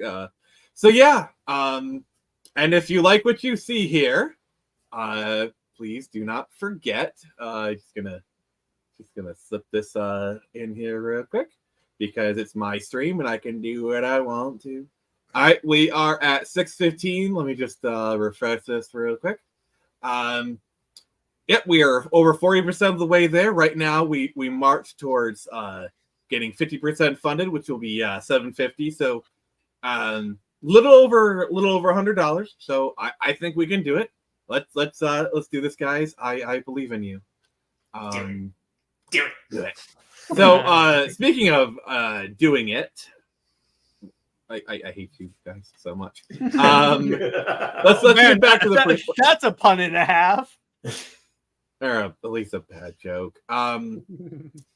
So what do you guys think about like the prequels and its relation to the current events of the time? Because Star Wars, the classic trilogy, is very much beholden to Vietnam. I think that's a fair thing to say, especially Return of the Jedi. Now, I do think a lot because Episode 2 came out in 2002, at least in a post 9/11 world, and then Episode 3 came out in 2005, when we were already doing our wars. And you got to remember, like even after 9/11, going to war was kind of a foregone conclusion. We knew it was going to happen. Chris, what do you think about those parallels? At least in the other two movies. What do you mean that there's the relation between episodes 2 and 3 and the 2000s era politics, like post 9/11 world, the Iraq-Afghan war kind of thing? Oh yeah. There was definitely some kind of jabs at or at least the whole trading freedom for security is definitely a theme of the prequels. Yeah, it's eerily prescient to what's happened to us. Actually, I hate to say it, but movies I don't like can be used for good political commentary on what's happening today. It would be absolutely hilarious if George Lucas went so far to name a character Eduardo Snowdonis. Yeah. Oh no. But yeah, see if they did that, he could make him this Star Wars character would be quite the Winter Soldier. But yeah, the thing about it, yeah, exactly. Think of the TSA as the Emperor's emergency powers. That was only supposed to be temporary. It was only supposed to be temporary until the threat is gone. But if you make the it Patriot like Act was supposed to be temporary. Yeah, but the way that Palpatine did it is he made it so there's always a threat. Because here's the thing. Yes, the insurgency, the separatists may be gone, but now we have to fight the Jedi and the mounting insurrection that the Jedi I mean, that started. stuff is still going on to this day. Like, remember, for people who don't remember he had those conditions? Like, they'd randomly just like, oh, we're in condition orange for some reason. Mm-hmm. It felt very arbitrary and whatnot. And it's like you said, there's always got to be an enemy to fight. And that has persisted to this day. There's always some, like, big bad or whatever. And it's just, like, ramped up. It's insane. Chris, what are your thoughts on it? I mean, I don't know what else I can add to that.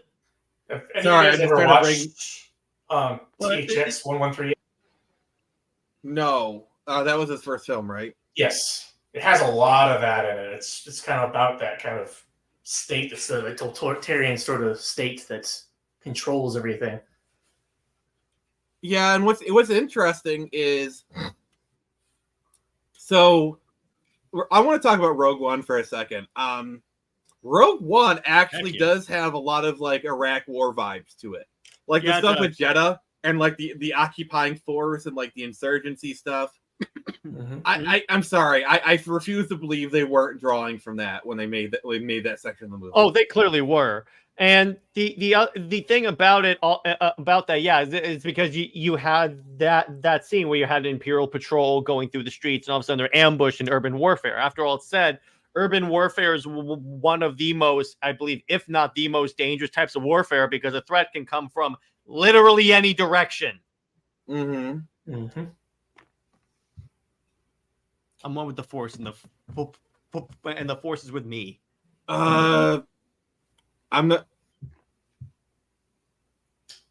I don't know, because the whole point of Saw Gerrera's character is even rebellions can go too far. That's literally the entire point of his character. True. Even among rebels, Saw Gerrera is recognized as like, okay, we don't like his methods, but we'll use him because he gets stuff done. Yeah, they call him a radical insurgent. He was that way since before even in the Clone Wars. Yeah, exactly. He's an extremist. That's the difference. Yeah, he's I guess you could say he's the Stalin to the rebellion's Lenin, if you want to. Yeah. Yeah, I guess you could say that. That works. And yeah. Also, can I say this? Like, I know that like there's a certain amount of people be like, why do people empathize with the rebels so much? You're literally the Empire. Actually, no. The ones who hold the institutional power. All right, I'm closing my window here. The ones who hold. It's okay, FBI. He's right here. He's right here. Red dot on your Get him. Get him. So, like, there's okay. I get that there's a point to it, but what I'm trying to say is, the ones who hold the institutional power is the left. Okay, first and foremost, they have the presidency, they have the media, they have everything. The left is the empire. Like, if you want to use that metaphor, the left is unquestionably the empire in this metaphor. And the right is the rebels. We are the scrappy group of underdogs who were too busy arguing with each other. But if we ever do manage to, we are a threat. Because here's the thing. Look at the Stellar Blade situation. Look at Helldivers. Okay.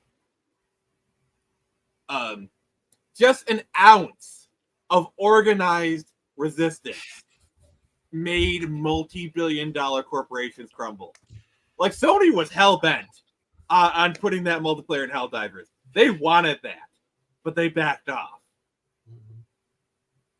Chris, what do you think about all that? What's your take? What about how Sony reneged when they realized that they were going to be facing a major lawsuit for selling a product that couldn't be used in 177 countries? Yeah, or the fact that, like, when people do actually have a common cause, we can move mountains, but we're too busy arguing with each other. Well, I mean, that's just basic Marxism. I mean, divide and conquer, you know. True. But yeah, I don't know. I mean, you like all of the despair that we've been fed through propaganda that, you know, the small guys can't defeat the better equipped superior forces haven't been paying attention to the Viet Cong or what happened in Afghanistan. Yeah, it's like every time somebody says, "Oh, these revolutionary LARPers, E2A LARPers, you really think you can stand up against an A10 Warhog?" I don't need to. Yeah. In order to resist, I merely need to survive. Here's the thing. Your average, the average person, like your average 2A supporter is immensely better equipped than all right, Jared, you take care, sir. See ya. Have a good one, man. See ya. But true. But like your average 2A supporter is immensely better equipped than an Afghani. Would you agree, Chris? Oh yeah. What was that statistic they showed that the guns, the number of guns ownership or whatever in the United States versus some militaries in other countries? All the militaries in the world. We have more guns than all of the militaries in the world. It's pretty disturbing. It's awesome. Yeah, and I think this is why I say we will never have a civil war. We will never actually have a true civil war, because here's the thing. Stupid. They know, like, the government knows they'd lose. Well, they know they would lose. Well, we wouldn't have a civil war because we have too much to lose. People are too comfortable. When people start starving to death and something major happens where our livelihoods, you know, at a massive scale are endangered, we'll have a civil war. But until then, It's just a bunch of people on the internet grumbling. Yeah, because basically a cold civil war. Yeah. We've been in a cold civil war for a couple of years now. Well, I'd say at least a decade, but yeah. We hear the old men speaking. Yeah. Back in my day. It started long time ago. Anything you want to add? I think everything's been said. Yeah, you got to remember, Nix is the one person who isn't American on the stream. So yeah. Yeah, sadly, I'm a Canadian. Yeah, she lives in Trudeau land. Oh, I'm sorry. Hopefully not for much longer, though. Oh, nice. Is a general election coming up? From what I've been hearing, potentially. Then again, I don't really keep up with politics of my own country. I don't vote because, well, you've only got Dumb and Dumber to vote for. It's pretty true here too. Yeah. Lesser two evils, really. The way I look at it, though, you guys either have dumb and senile or just dumb. Yeah.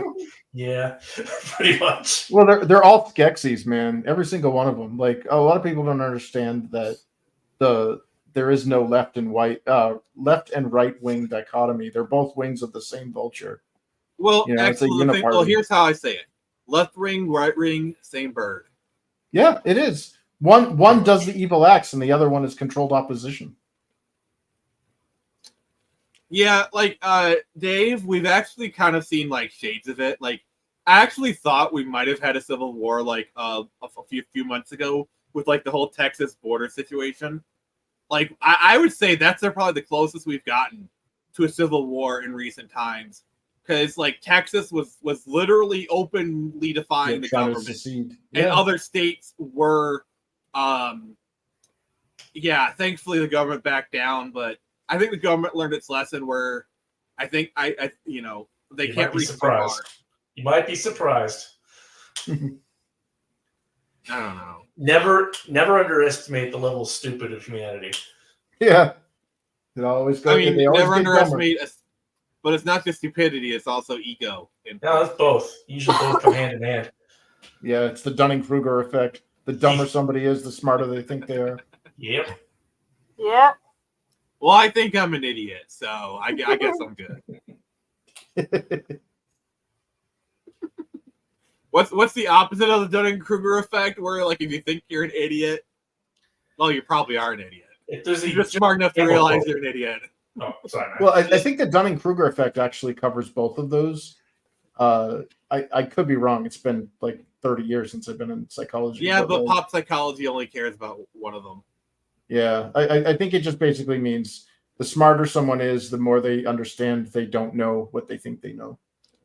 Yeah, a wise man asks more questions than answers, or something like that. I don't know. Well, yeah, there's a Chinese proverb that says to ask is a moment's shame, not to ask and to remain ignorant is a lifelong of shames. That's a good one. So, yeah. The Asian. All right. My rooftop Korean friend. What other nuggets of wisdom do you have for me? Wise man say, he who go to bed with itchy butt, wake up with smelly fingers.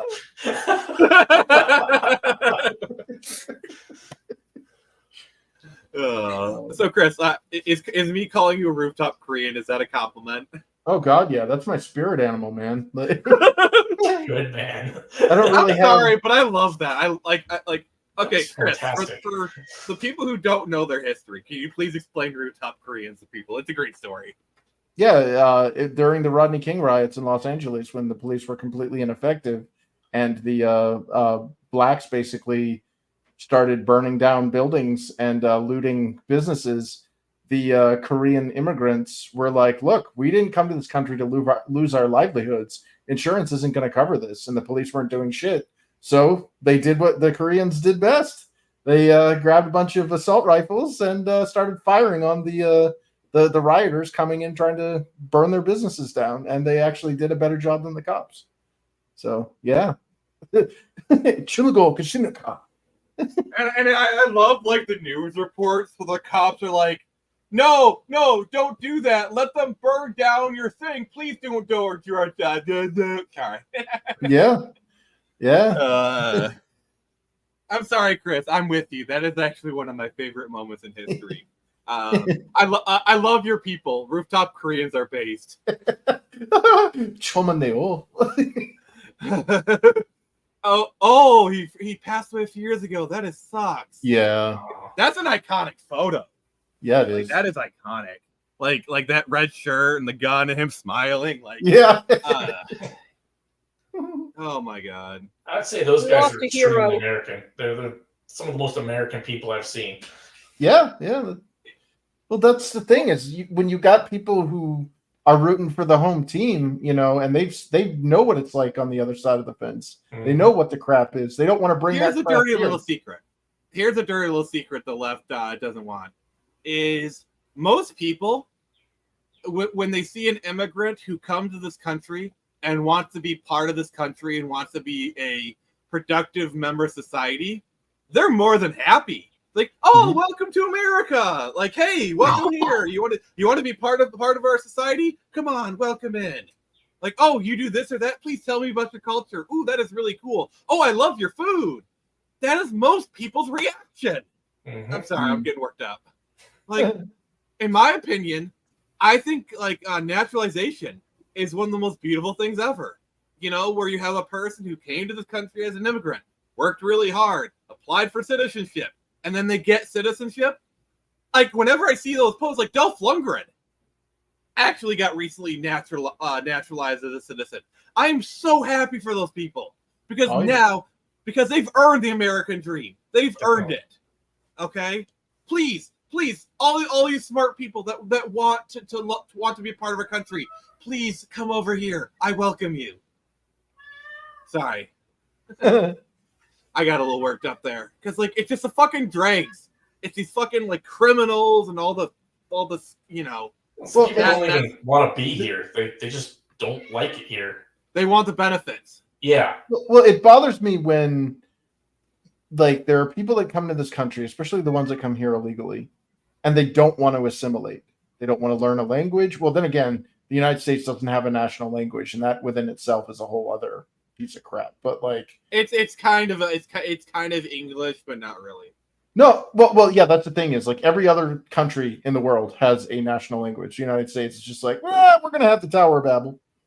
But I don't like the fact that there are people who are like, I came from a shithole country. I'm coming to the United States. I'm going to enact every cultural thing that was from that shithole country, and I'm not going to assimilate.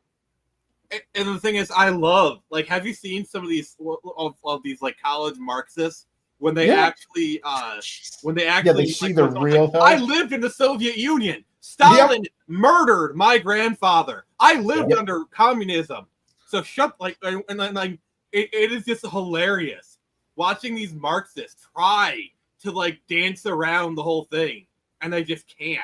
It is hilarious. These people who have actually suffered, lived under communism. The Venezuelan immigrants have done that. They're like, "What the hell's wrong with you? Oh, I just escaped that. I don't want that here." Cuban communism. Yeah. Ukrainians. If you talk to Ukrainians, they hate communism. Yeah. Or certain things that want to kill my people. They're like, people are unabashed about that over in the Best Buy country. Yeah, agreed. I don't know, man. So prequels, Star Wars prequels. All right, that's what we're here for. Yeah. What? Yeah. Are we sure about that? I don't know. We do love our sidetracks. I'm pretty sure this is the Rooftop Korean episode. Oh, that would actually be a really good episode. Chris, did you ever personally know any Rooftop Koreans? No, I didn't. My Korean side it's kind of sad. I'm not like my grandmother died before I was born, so I never got to meet her or anything. And yeah, Koreans don't like miscegenation or race mixing, so that side of the family is kind of not happy, Yeah, that's true for quite a few different Asian people. I mean, you want to talk about Asian racists? Let's talk about the Japanese. They're racist as fuck. Oh, dude, every Asian race is like that whole myth that like white people are the racist ones. Dude, white people are the least racist. Like honestly, like everybody's got racism in them, but the melting pot and all that stuff was started by white people. Also, here's the other thing: the least racist country is America. Because if you look at all, like, this is why I don't like all these Europeans trying to like lecture America about like all this stuff. I'm sorry, you have like one black person per every 500 square miles. Shut the fuck up. It's true. Yeah. But they're talking about like Japan is gonna try and like start importing immigrants. For one, I don't think they're gonna do. They're not gonna do that. And if they do, no, it's going to go very badly. They are doing that, and it is going very badly. I've been watching some stuff on obviously on the X Twixter, and been reading some of the Japanese people were right. Race mixing is makes demons. Well, here's the thing: is like high trust cultures are always homogenous, and the moment you push all of these like let the world in. It's the whole thing like, hell isn't exclusive, but heaven is, and when you let all the trash in, you're going to destroy whatever culture you had. And that's what's happening. Like they're showing like there used to be like clips or like memes of like a vending machine just remotely out in the middle of some countryside in Japan. And then they show like another vending machine that's all caged up and stuff. And it's like, which way, Western world? Because a high trust society, you don't need, all of those precautions. But the moment you can't speak the same language as your neighbor and you don't talk to those people and all this and all that, and it turns into othering, you start getting crime. And when I lived in Tokyo, communication is the great bridge. Like, that's what I'm saying. Like, the best part of America is the food.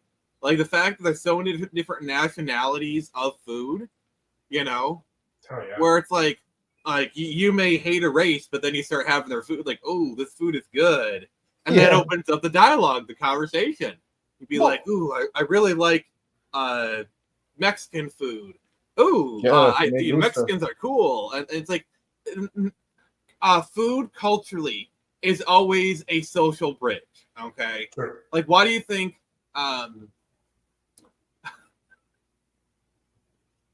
I very well might retitle this episode after we're done. Do it. We need to make a fusion movie with the two of those. I'll spin up an AI. We'll do it. It probably worked pretty well. Oh dear God! Like I think I very might retitle this after we're done here. But yeah, like, him. Yeah, that's the thing.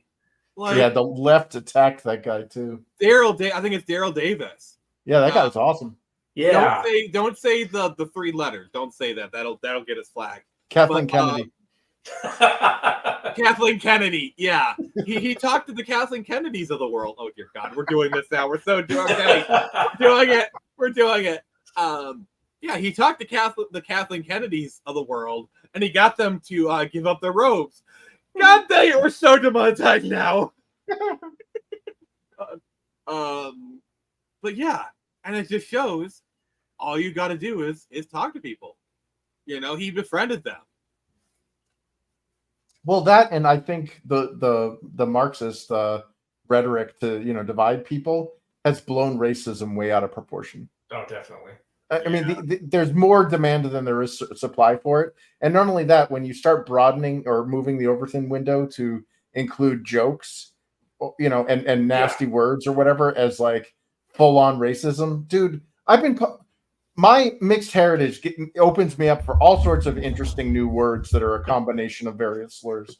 It doesn't bother me. I mean, it was my Xbox handle for a while.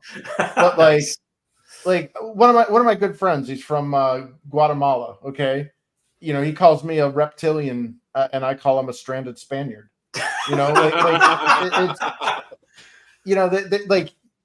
it's just jokes. Like it's not, and when people get like crucified for making these like dumb jokes and bants and stuff, then it starts making things more serious, and it's like that's when you bring in the real racism, like being denied a job because of your skin color. Yeah, that's racism.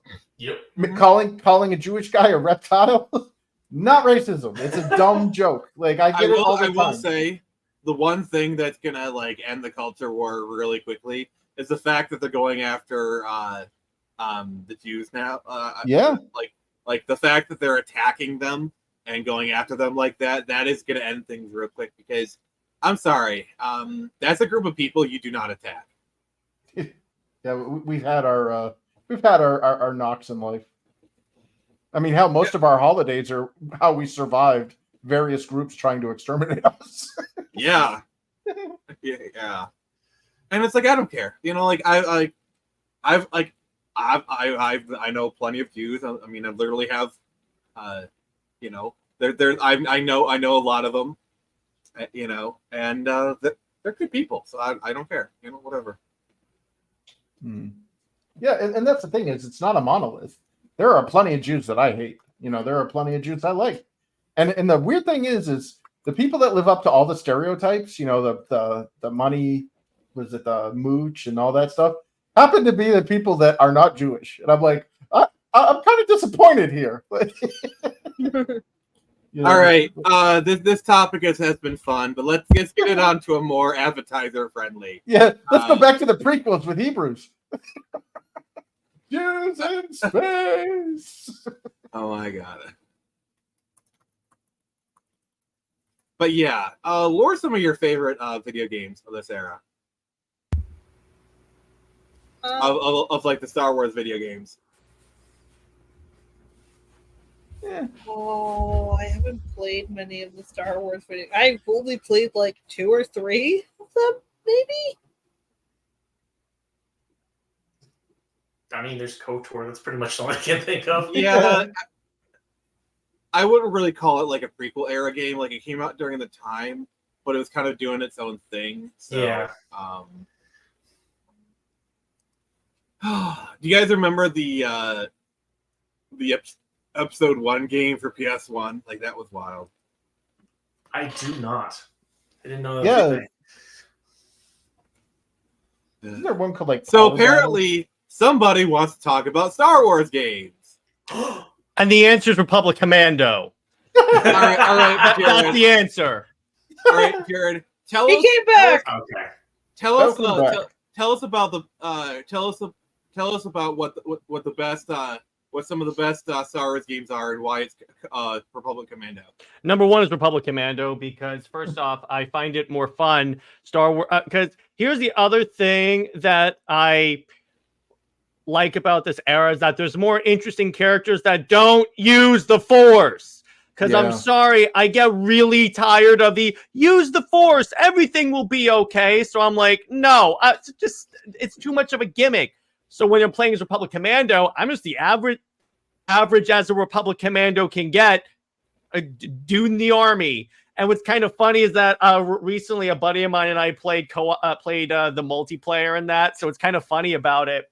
It's so frantic. It's like you'll see each other, and then it's like within like 2 seconds, one of us dead. It's like that intense. And then you add in the fact that it's that the way they do squad based in that is that you can actually give orders to each individual guy. I've had situations where I've just had everyone equip grenade launchers and then just go to town against droids. And we're talking about prequel era, Dave. If we said Star Wars games in general, you would be correct. Oh, that's a little bit prequel. I mean, it's a little bit afterwards, but 1313. God dang, that looked like a great game. Yeah. Oh yeah. But the other thing about Republic Commando that I really dug is the story, because it told the story of just 4 brothers fighting a war And then the most emotional part of that is when you're forced to leave one of them behind. And then what's actually kind of interesting, your little advisor guy is like, one commando is not worth the entire operation. And then a clone trooper breaks ranks and goes, one commando? The guy's talking about my pod brother. Didn't the Republic Commando crew actually get a guest star on the Clone Wars? Kind of. And it's actually, fun fact about Republic Commandos, they were actually directly hand trained by Mandalorians. It wasn't like because the way clone training was during the prequels, oh yeah, that one's great. It turns into Injustice. So the way that the traditional clone training goes is that you have a Mandalorian for like every, like, let's say platoon or battalion of troops that's responsible for like training guys. Commandos got one-on-one training with each of these Mandalorian guys, and a lot of them, if you notice, the in-canon reason why the Commandos have different voices, or they did before Bad Batch, is because to a certain degree their voice started to emulate their instructors. So it got like really, really, really dope. And yes, Geek Defense. Yeah, I tried to actually shoot Grievous. It didn't work. Yeah, I know.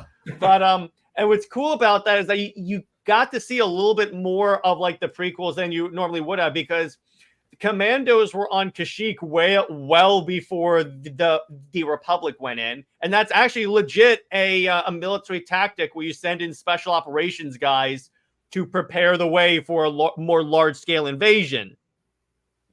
So they really they basically made a by the book military Star Wars game, and it's fan freaking tastic. Episode 3 now. Wait. Yeah. Did you know about this Easter egg? What is this? An elegant weapon for a more civilized time, huh? Oh yeah, well, guess lightsaber. what? Times have changed. That doesn't make. Here's the thing: as great as an Easter egg as that is, that doesn't make sense. That is the only lightsaber in the game. But so the thing about Episode 3, what's cool about this, that yeah, it's a pretty decent adaptation of it. They expand certain parts that like either that like we never saw in Episode 3. They gave us more trooper variants, like flamethrower troopers and like big heavy berserker clones.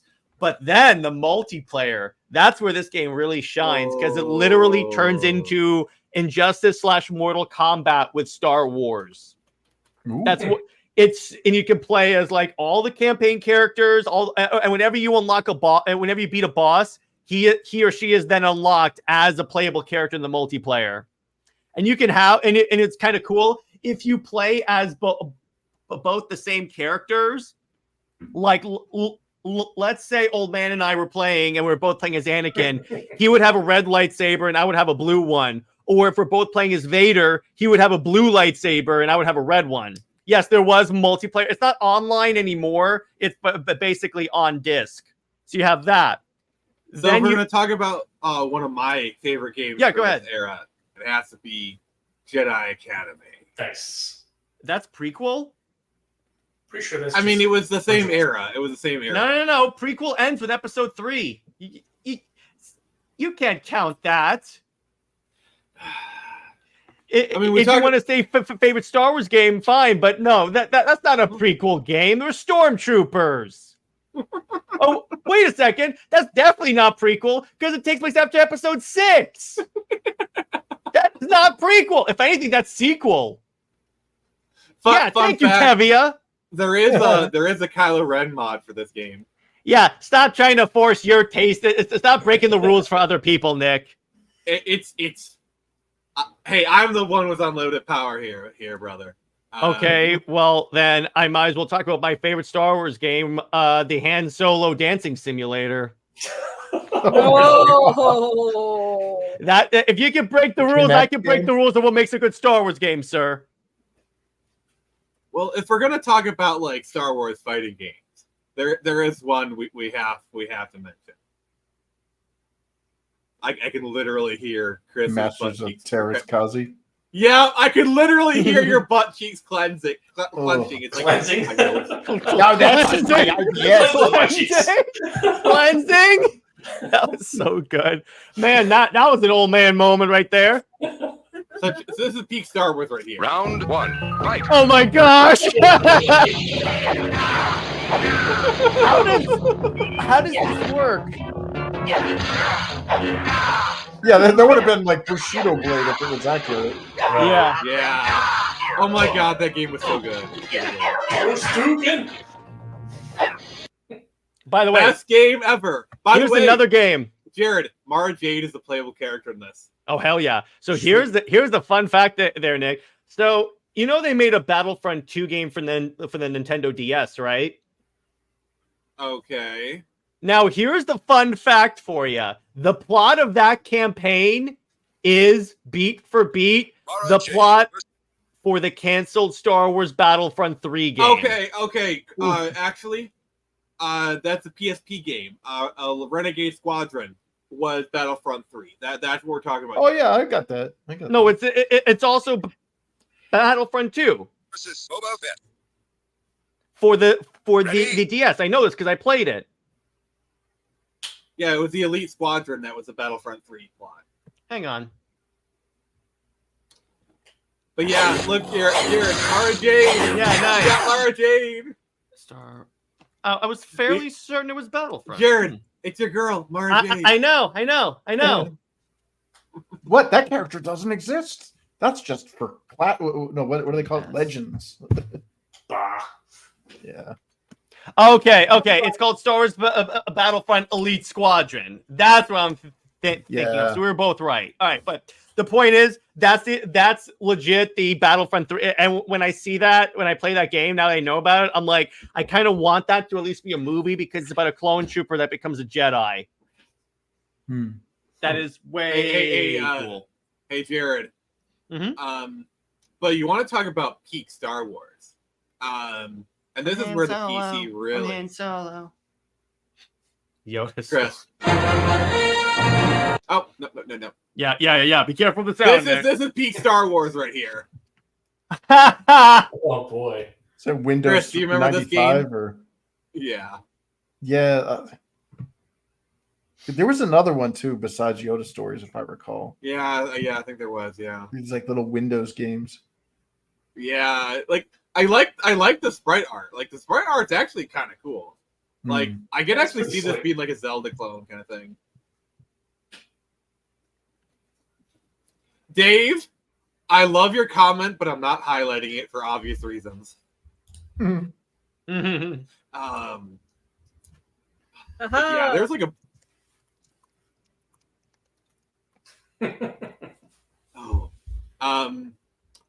Chris, do you remember Star Wars Chess?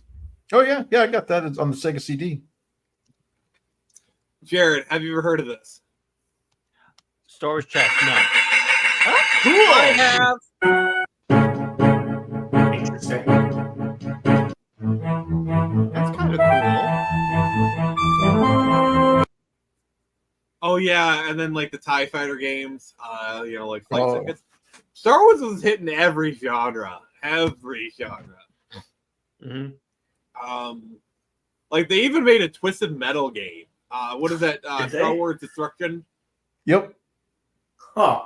Yeah, I think that's on the GameCube and PS2. It's PS2. Yeah. Now, actually, the other thing I will say, you know, what was my first prequel era game?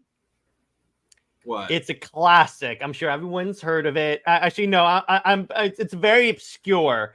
It's called Lego Star Wars. Yeah, those were great. Those were fantastic. I like when you're playing as Yoda. Demolition. Yeah, I like when you're playing as Yoda and to put your lightsaber, you're in his hover chair from episode 2. That was only in one scene. Yeah. Oh dear God. Oh my God, Jared, have you heard about this? Oh yeah. Wait, what? Yeah, I got that on the Famicom. That sounds like that. That sounds like that. Yeah. Yeah. Although the SNES versions of the Star Wars games, like Super Star Wars and Super Empire Strikes Back, those were super hard, but they were gorgeous to look at. Like the sprite work was amazing for its time.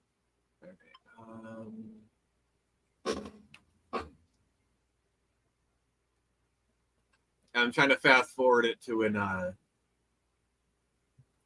It kind of reminds me of Castlevania a little bit. Now I'm kind of like thumbing through this. Yeah, it looks like a Konami game. A Konami game.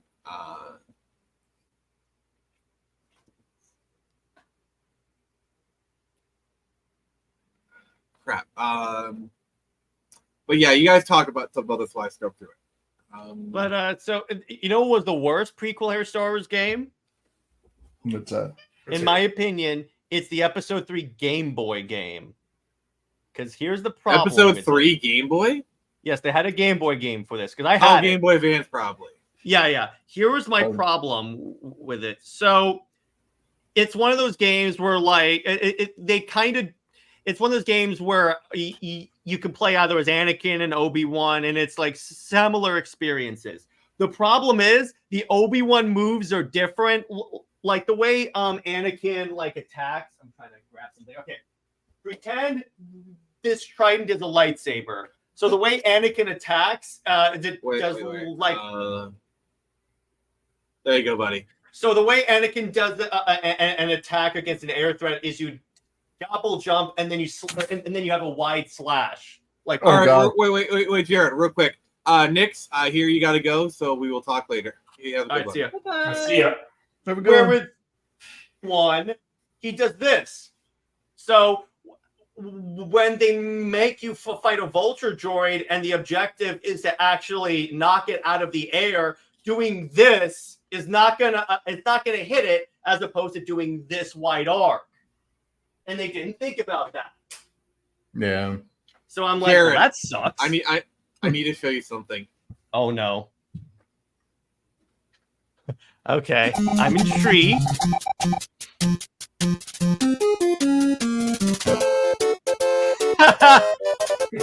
Where's the scorpion?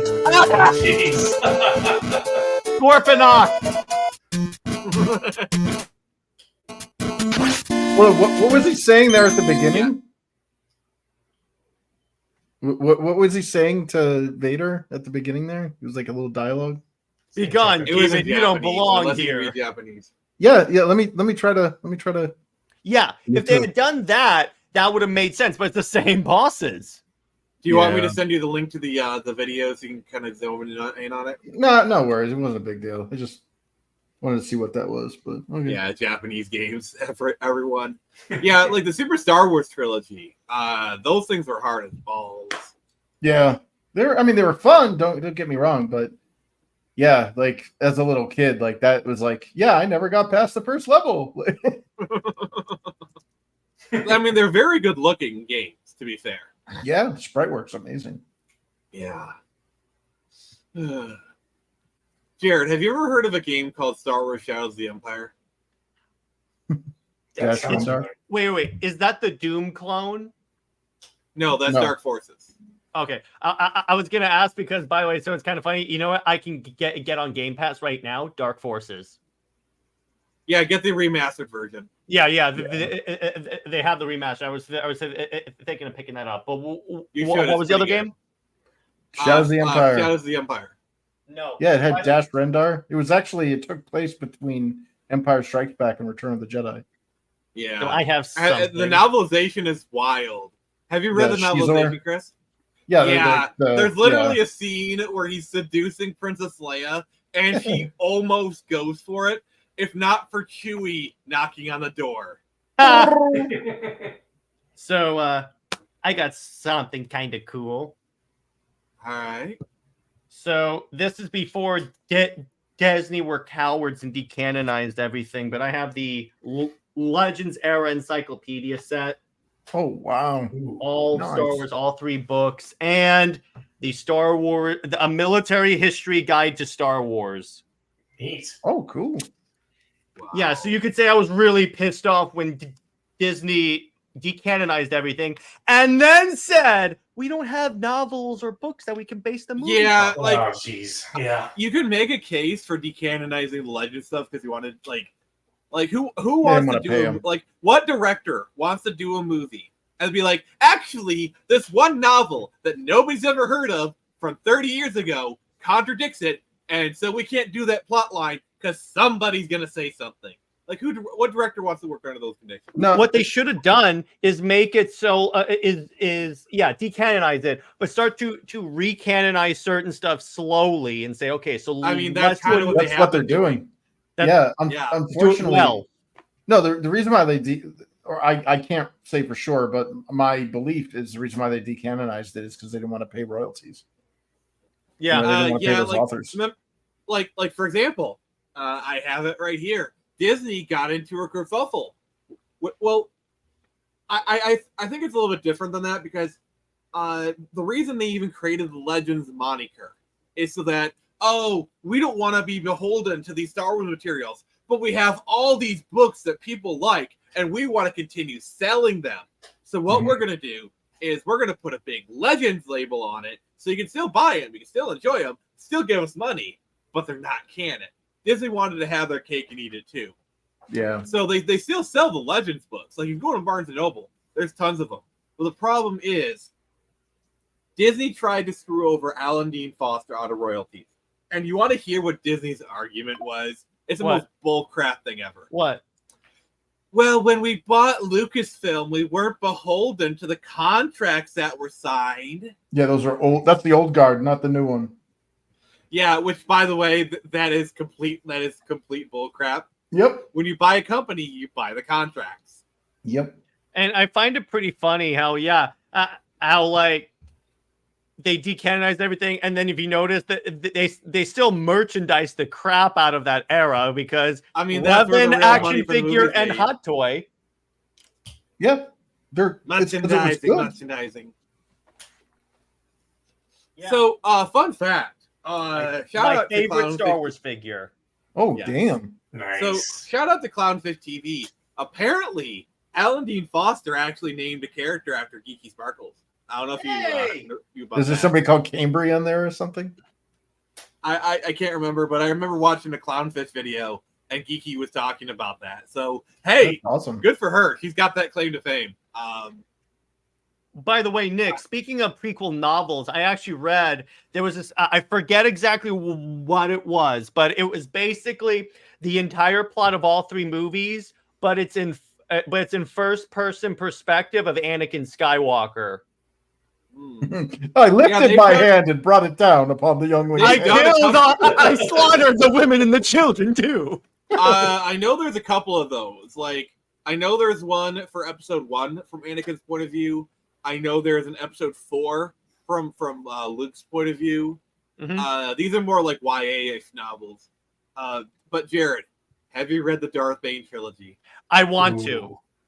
You need to. It is so good. I read 2 of them, or listened to 2 of them. I own 1 and 3. Those are the ones that I own. I don't own 2. Are they the ones called Dynasty of Evil, Rule of 2, and Path of Destruction? Yes, I think it's kind of out of order. All right, I think Darth Bane Path of Destruction is the first one. Okay. That Path of Destruction is the first one. Rule of 2 is the second one, and Dynasty of Evil is the second one. That's my list. I heard the Darth Plagueis novel's pretty good. Because it was kind of funny. Darth Plagueis was alive in episode 1. Technically, yeah. Like, so basically, when Palpatine steps off of the ship at the end of episode 1, he had just killed Palpatine. Wait. Palpatine had just killed Palpatine? Wow. That makes this story interesting. I mean, how else do you think he achieved unlimited power? That's quite the old ancient ways of the ancient sage. I mean, he is a master of death, so he just killed one of his clones. That's all. Yeah, I remember somehow he did return. It's actually really. If you look at how Palpatine killed Plagueis, it's really, actually really cowardly. He basically just got him drunk, and then after he had passed out, he electrocuted him. But to be fair, that is a very unlimited power. I mean, at that point he did, but yeah.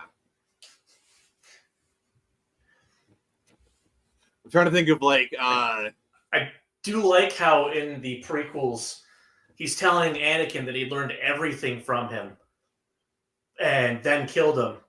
And then at the end, when he's talking about saving Padme, he's like, I don't know how to actually save anybody. But we'll figure it out.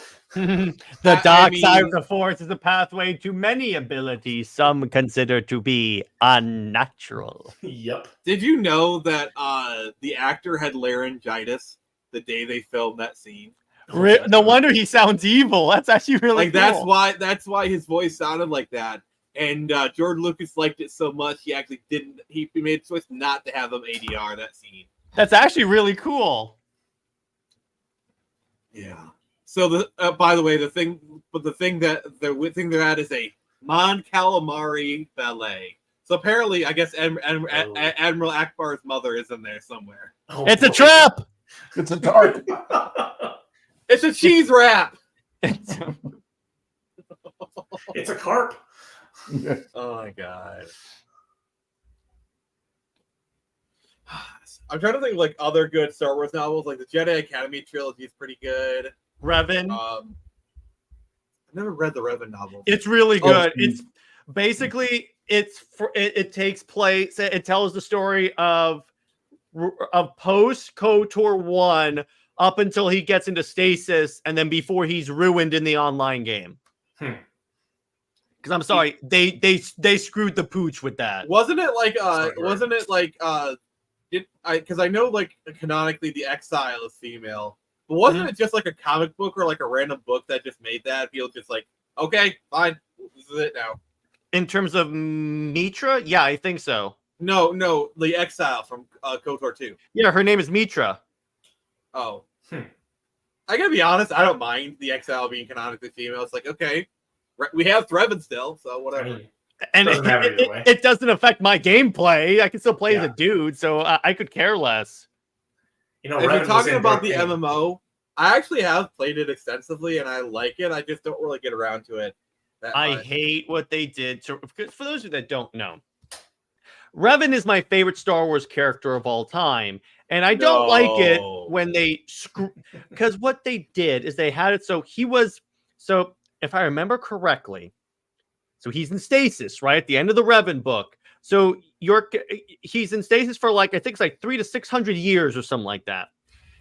He wakes up, and then there's an evil, the evil part of him is separated. So it's Revan against Revan. And then they merge at the end, and then he dies in peace.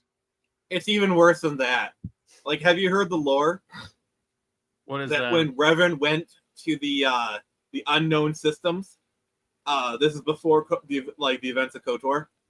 He actually got to Dromund Kaas, and he met the Emperor, and the Emperor mind whammied him. And so basically, Revan, during like the whole Sith War, was under the control of the Emperor from the Old Republic. Wait, so let me see if I understand this correctly. So during the wars in which Revan and Malik nearly wiped everyone out, that was like mind control. Pretty much. Doesn't that kind of undermine Knights of the Old Republic 1? That's kind of dumb. Was this a Disney era change, or was this pre-Disney? I think this was done by the Old Republic, so I think it's more done. Well, that game sucks. That is completely asinine. The thing is, I like what the Old Republic did, like how they had Satil Shan, like the Descendant, all still played by Jennifer Hale, by the way. So it's a nice hailstorm. By the way, the Revan Bastila pairing is the super wonder of Star Wars, as far as I'm concerned. That's the ship that actually know Revan belongs with Mission. Don't act like a Bruce Timm. Or John Byrne. Or Tom King. Or Gail Simone. You realize I was choosing chaos, right? No, I know that. It's just I wanted to call out those people again. But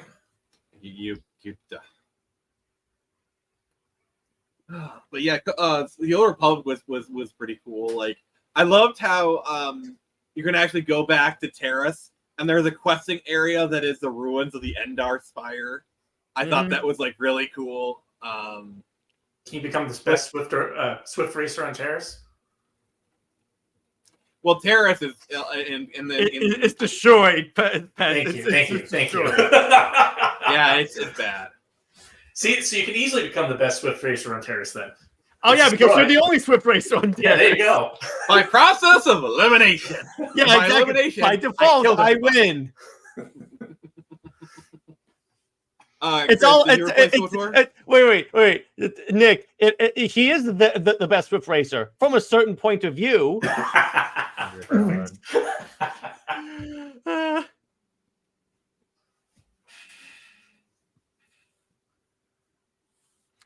But anyway, so yeah, I mean, yeah, the game is fun. Let me be clear on that. The problem, I do like how it brings in actual Star Wars music instead of redoing it. So you'll have like the Republic Commando theme if you're playing as a commando, and I'm like, yes, Mandalorian chants filling into my veins. Yeah, like history is kind of filled with like the old Jedi, like the Jedi Civil War, the Jedi Schism. Like if you actually look at like the lore, the history of Star Wars, the Jedi are kind of idiots. Oh yeah, like okay, so there's this guy that's supposed to be the chosen one. That's a powerful. Even if you don't think he's the chosen one, he's a powerful Jedi. Who? Here's the thing. After watching Clone Wars, it makes them in Episode 3 look like even more idiots because this dude has proven himself on the battlefield all the time. He's proven himself to be a Jedi. And you spend an entire movie basically crapping on him. Like Mace Windu, I don't trust him. You fought in many battles next to him. What do you mean you don't trust him? Yeah. That's the problem with adding stuff in between movies. To Chris's point, because now Clone Wars undermines Episode 3. I still say, like, they should have gotten Shmi, freed her from slavery, put her on a nice world, set her up for life, and then, like, have her send a holo to Anakin and be like, "Hi, Anakin, I'm no longer on Tatooine. I can't say what planet I'm on, but I'm safe, I'm happy, I'm healthy. They say I won't see you anymore. So, train hard with, with love." You know what I'm saying? Like, just Anakin knowing that his mother was safe and happy and no longer a slave would have done so much for his mental health. True. Because, like, I'm not saying I'm not saying, oh, give him regular visits. But just, like, tell him, we freed your mother. She's safe. She's happy. She's well taken care of. She's got a good job. She goes swimming every day. Like, you can't see her anymore, but we wanted you to know she was safe. Like the events of Episode 2, like, imagine how the events of Episode 2 would have played out. To where, imagine how many women and children would not be slaughtered. Like animals! I hate them! It's just so...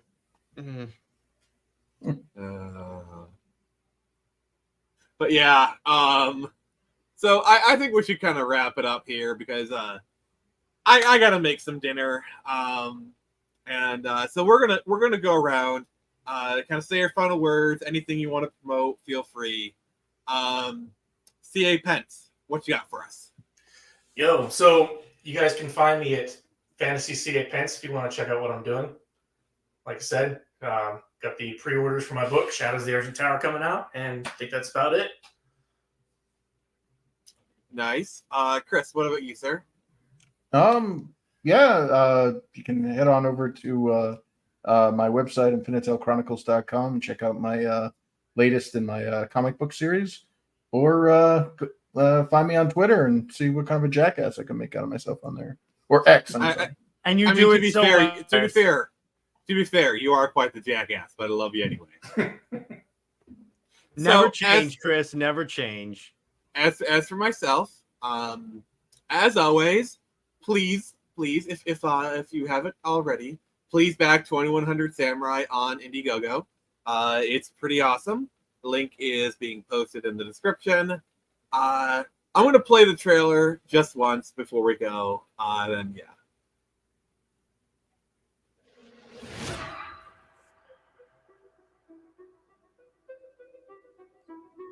It's time. Imagine a corporation with a stranglehold on the city. Imagine a cretin insane enough to work for them. Imagine a warrior on the verge of insanity.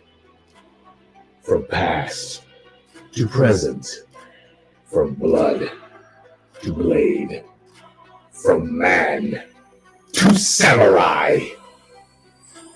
This summer, the Phoenix Press presents the evil that has a new enemy, the justice that will be bittersweet, and the world that will never be the same.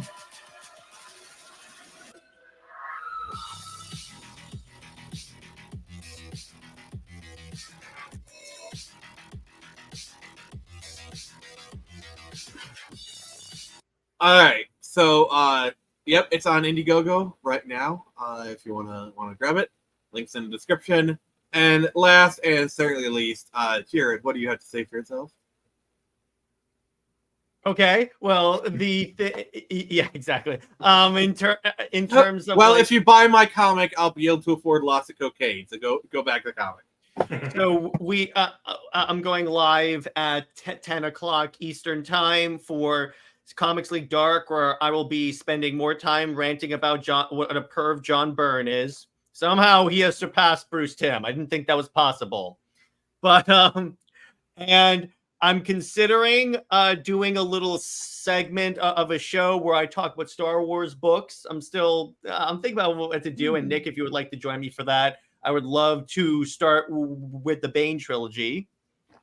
But okay. But so because I wanted to try to do more Star Wars content. But in terms of Super Wonder Legacy, Britt and I are going to be talking about Justice League New Frontier, and that's about it. All right. Well, thank you everyone for joining us. Thank you, Jared. Thank you, Chris. Thank you, CA Pence. And remember, We stand here amidst my achievement, not yours!